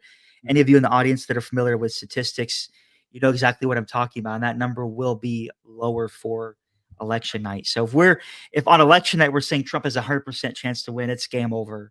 No, Yeah, not a doubt in our minds. Yeah, at that point, I really don't see how GA will. I don't see it. The reason why I had to step away, earlier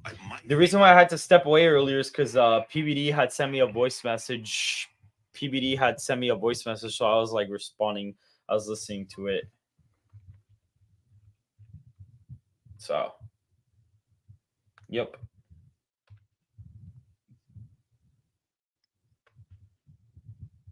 All right, so we have that. So we're gonna bring all the counties down, and then we'll be able to model it.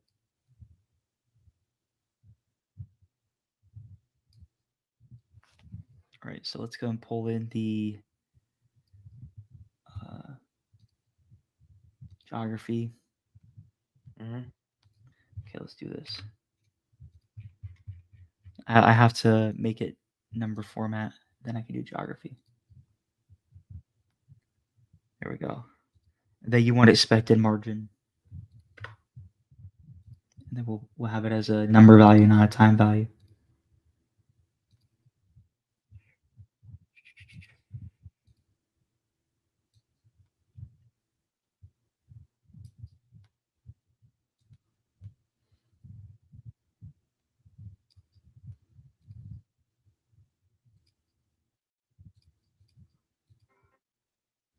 All right, let's build that map. Again, we're gonna have to fix the color table. Yeah. Called White Dudes for Harris. Have you seen this? White Dudes for Harris. That's really weird. What the? That's hilarious. I could fix that, so don't worry about it. What in the world just happened? What? What in the world? Let me do something. So there's one. See this? White Dudes for Harris. Does anybody know? Are some of you here? White Dudes for Harris. Doesn't sound like it. But I'm I'll not delete that. all because there What was- county is Van in Michigan? I think it shortened it to one word. Van Buren or something like that. Hmm. they're one of the people that-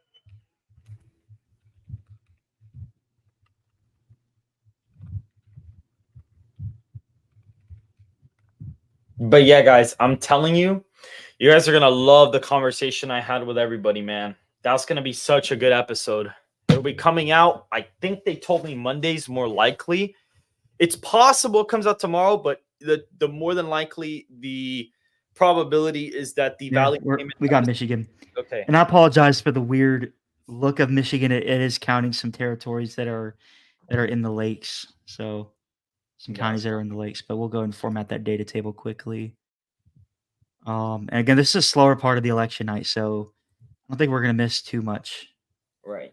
I just want to Gross see what it's value. looking like because he's up in.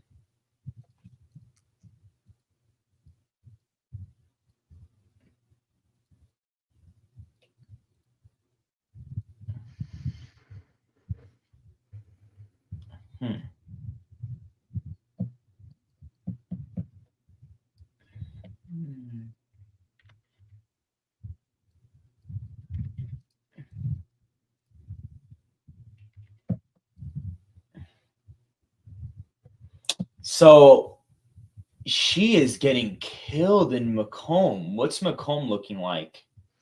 Man, Wayne looks weird. What? Wayne is super close. Way That's close. weird. There's something weird going on with the spreadsheet in Wayne. Oh well, that's gonna have to be. But you gotta definitely have that working on election night. Oh yeah, I know that this is only a thing with the simulated results. The actual election night will have a different function that we've already tested and works. Okay, so go to the national data because we probably missed a couple stuff. Yeah, Pennsylvania, Trump is looking better in Pennsylvania. Nevada, A lot better. I would say it's pretty much tied. I know Kamala has the slight lead, but I'd Yeah. say it's pretty much tied. Arizona, I think we're close to calling Arizona. Go to Arizona's county map. Go there right now. I want to see it. Look at Maricopa. Yep, he's up in Maricopa. He's up 2. Up in Yeah, Maricopa. yeah, call it. Just even, yeah, go ahead and call it because he's already Yeah. up by 2 in Maricopa. It's done. It's over. Call it. Yeah. So if you call Maricopa, then he's won the election. Yeah, then it's over. Yeah, no, he's not losing Arizona. Yep, and there goes. Look, see, he's at 306 is already his estimated vote share already. So he's winning every state except for Nevada. Yeah, that's what every swing state, I should say. That's what it's looking like right now. But Nevada's not even done. Can we call Pennsylvania? Pennsylvania's close. Oh, I think we're close to being able to call Pennsylvania. Go to the county map. Let me see something. Go to the county map in PA. Yes. What do you want to see? Oh, there it is. You see, this is when it's like, yep, this is when it's getting real. Where's the center? Yeah, it's 2 points. Go to Erie. It's a 4-point win for Harris. That's not good enough either, especially at this time of night, and it's 77% in. So there's still more Republican votes out of there because that's a bellwether county. And I think Okay. he's up in center. Is he up in Lackawanna. Lackawanna's nearly tied now. Oh yeah, at that point, Crazy. go to Lackawanna and check the go to check it and then find the expected margin. It's tied. Literally tied. It's 88%. I would call A 32 vote difference in the expected margin. I That's would call- crazy. I would call PA already. I already Yeah, called let's it. look at it. I mean, yeah, we're close. I wouldn't quite get there. Let me look at this.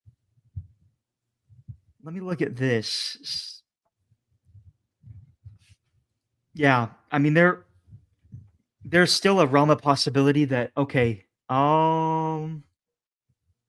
it's back to 72% for Trump. So the number's going down a little bit. Nevada. Oh, Nevada. What in the world? Yeah, Nevada's acting weird. Ignore Nevada. Okay. Cody Austin for 2, man. He's been here the whole stream. Thanks, man. Off topic. If RFK would have been the Dem, could he win? Yes, he could have won. Trust me, he definitely could have won. Yeah, but I mean, at this point, Trump has already won the election. You call Georgia, you call Wisconsin, you call Michigan, you call Arizona, you call North Carolina. Trump's won the election. I mean, do we have?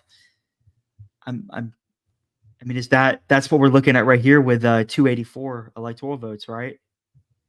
Yep. I mean, with Alaska, you give Trump Alaska, you give Trump the congressional district in Maine. I think Maine 2nd was called for Trump. I mean, you don't see it on the map. I mean, Maine is still looking like a Harris state. All right.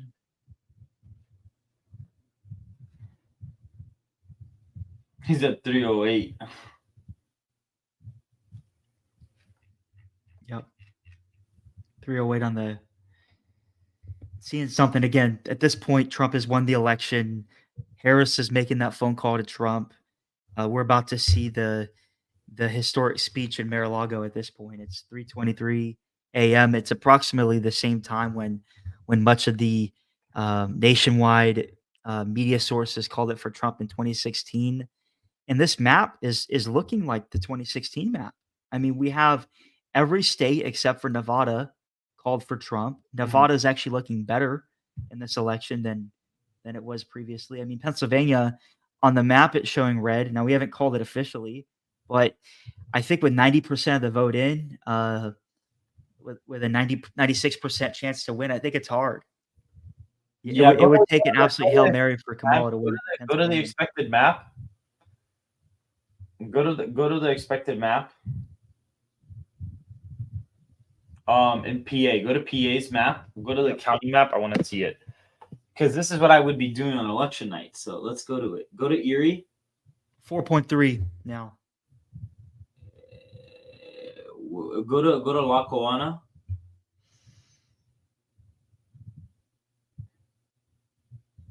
Lackawanna, still tied.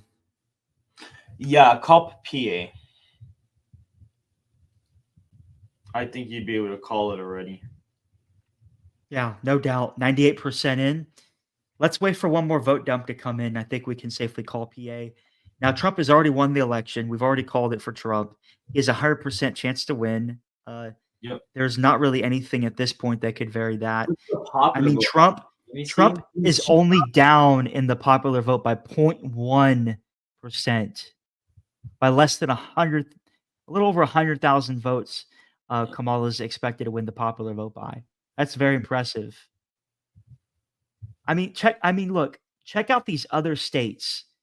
We didn't really get the chance to do this, but look at the expected margin in New York, 9.8%. Yeah, we would have been seeing that on election night and been like, okay, bro. Like if that happens on election night, if he's only losing New York by 9, it's like, yeah, we can call PA. I personally would have had these tools, but I would have called a lot of the states way earlier. Yeah, absolutely. Like, I already had an inkling that Wisconsin was going to go. I already had a feeling PA was going to go already based on the numbers. I had a feeling Georgia, North Carolina, Arizona. I felt like they all were going to go red already at some point. I was already feeling confident that we could have called those based on the simulation model.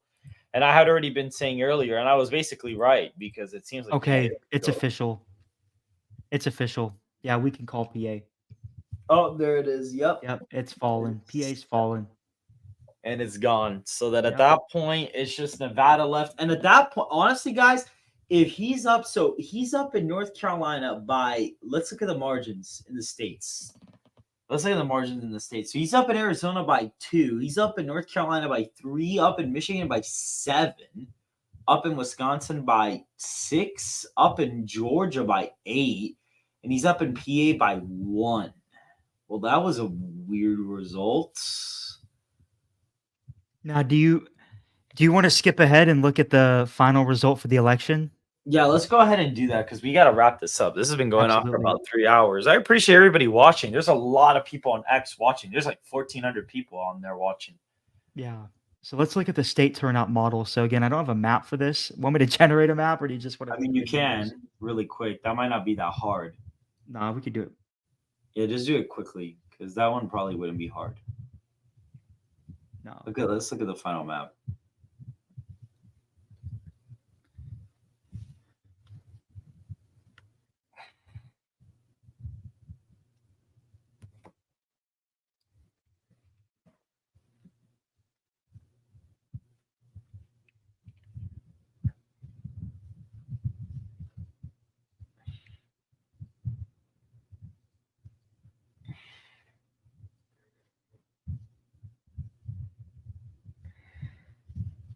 And then we'll get the margins, the expected margin. Well, actually, it's not the expected margin; it's the actual margin. Right. So, see the final map. So this would be the final map, and there wouldn't. Let me fix. Let's see. Hold on. Let me see a couple of these. see what the results were. So, Let me fix this one. Arizona by 1.7, Florida by 3. What?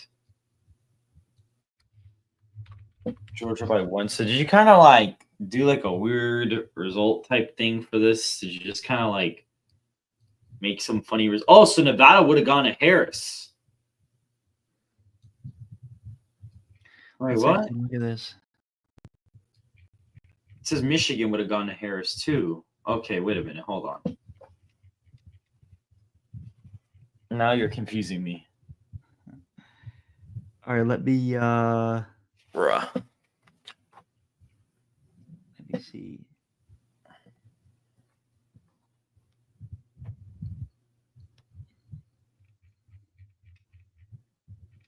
I want to make sure I'm able to find my.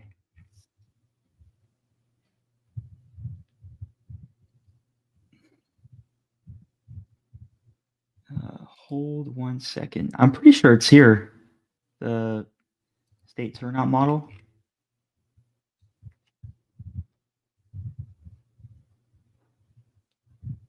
Or is it state calculation, simulation development? Yeah, I think it's here.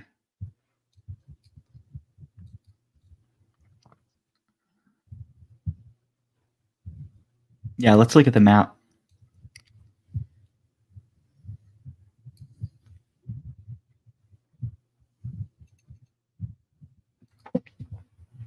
All right, so New York 16, Nevada. So Harris would have won Nevada.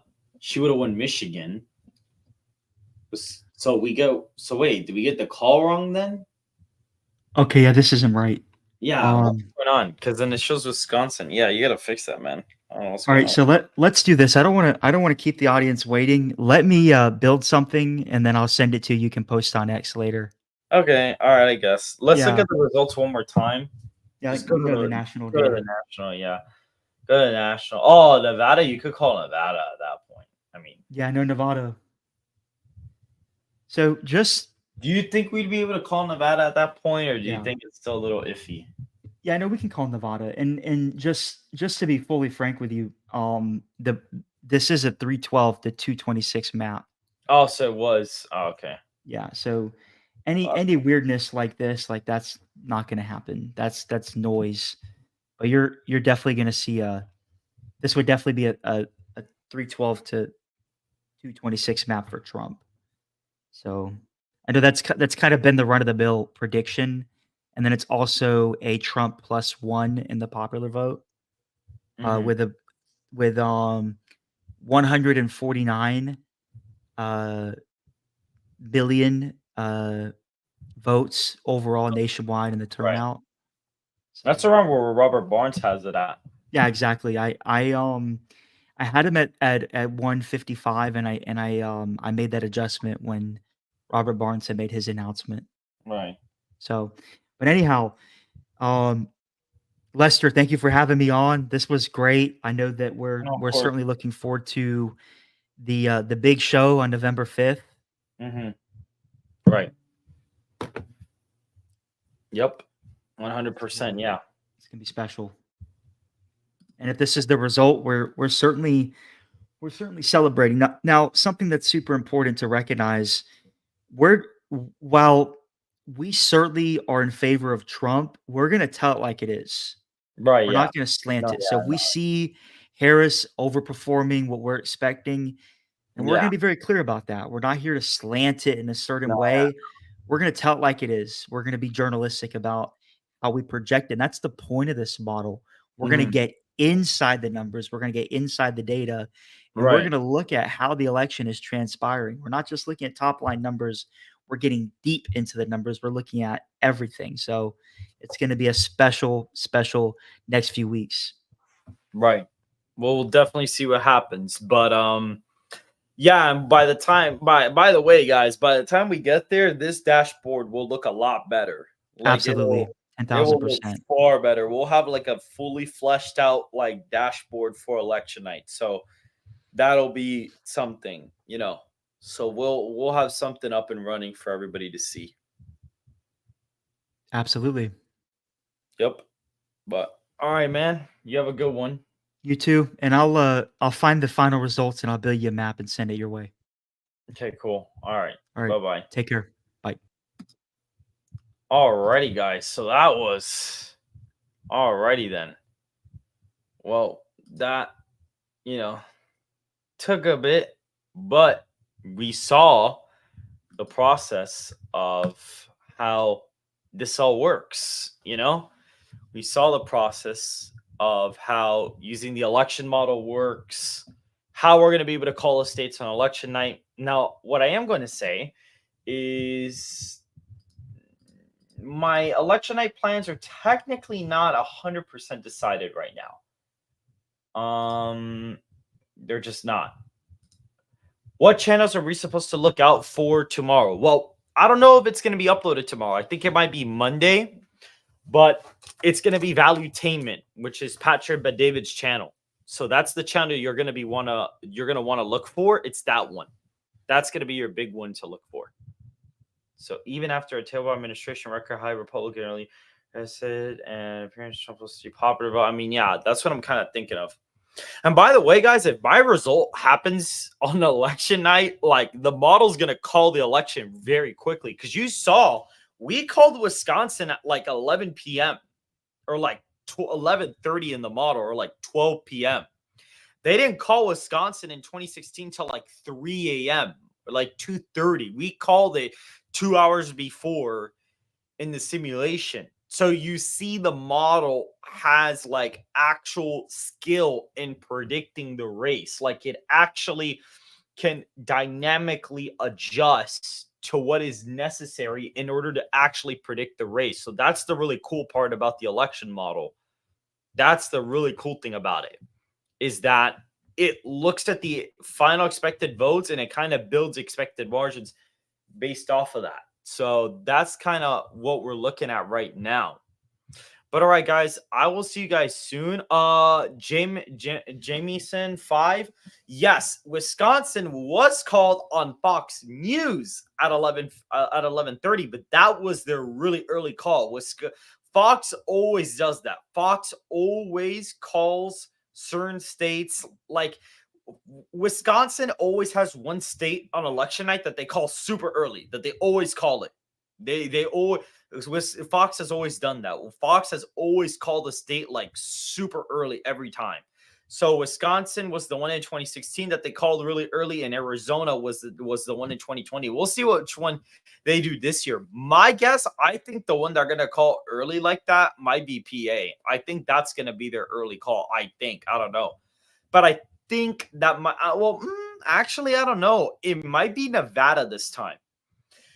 It might be Nevada because Nevada's going to be an easy one to see if Trump's going to win or not early. It's going to be easy to see because if he's up by like a certain amount in Clark, I mean, it's going to be easy to know what's going to happen. But either way, guys, I hope you guys all enjoyed. It was a really long stream.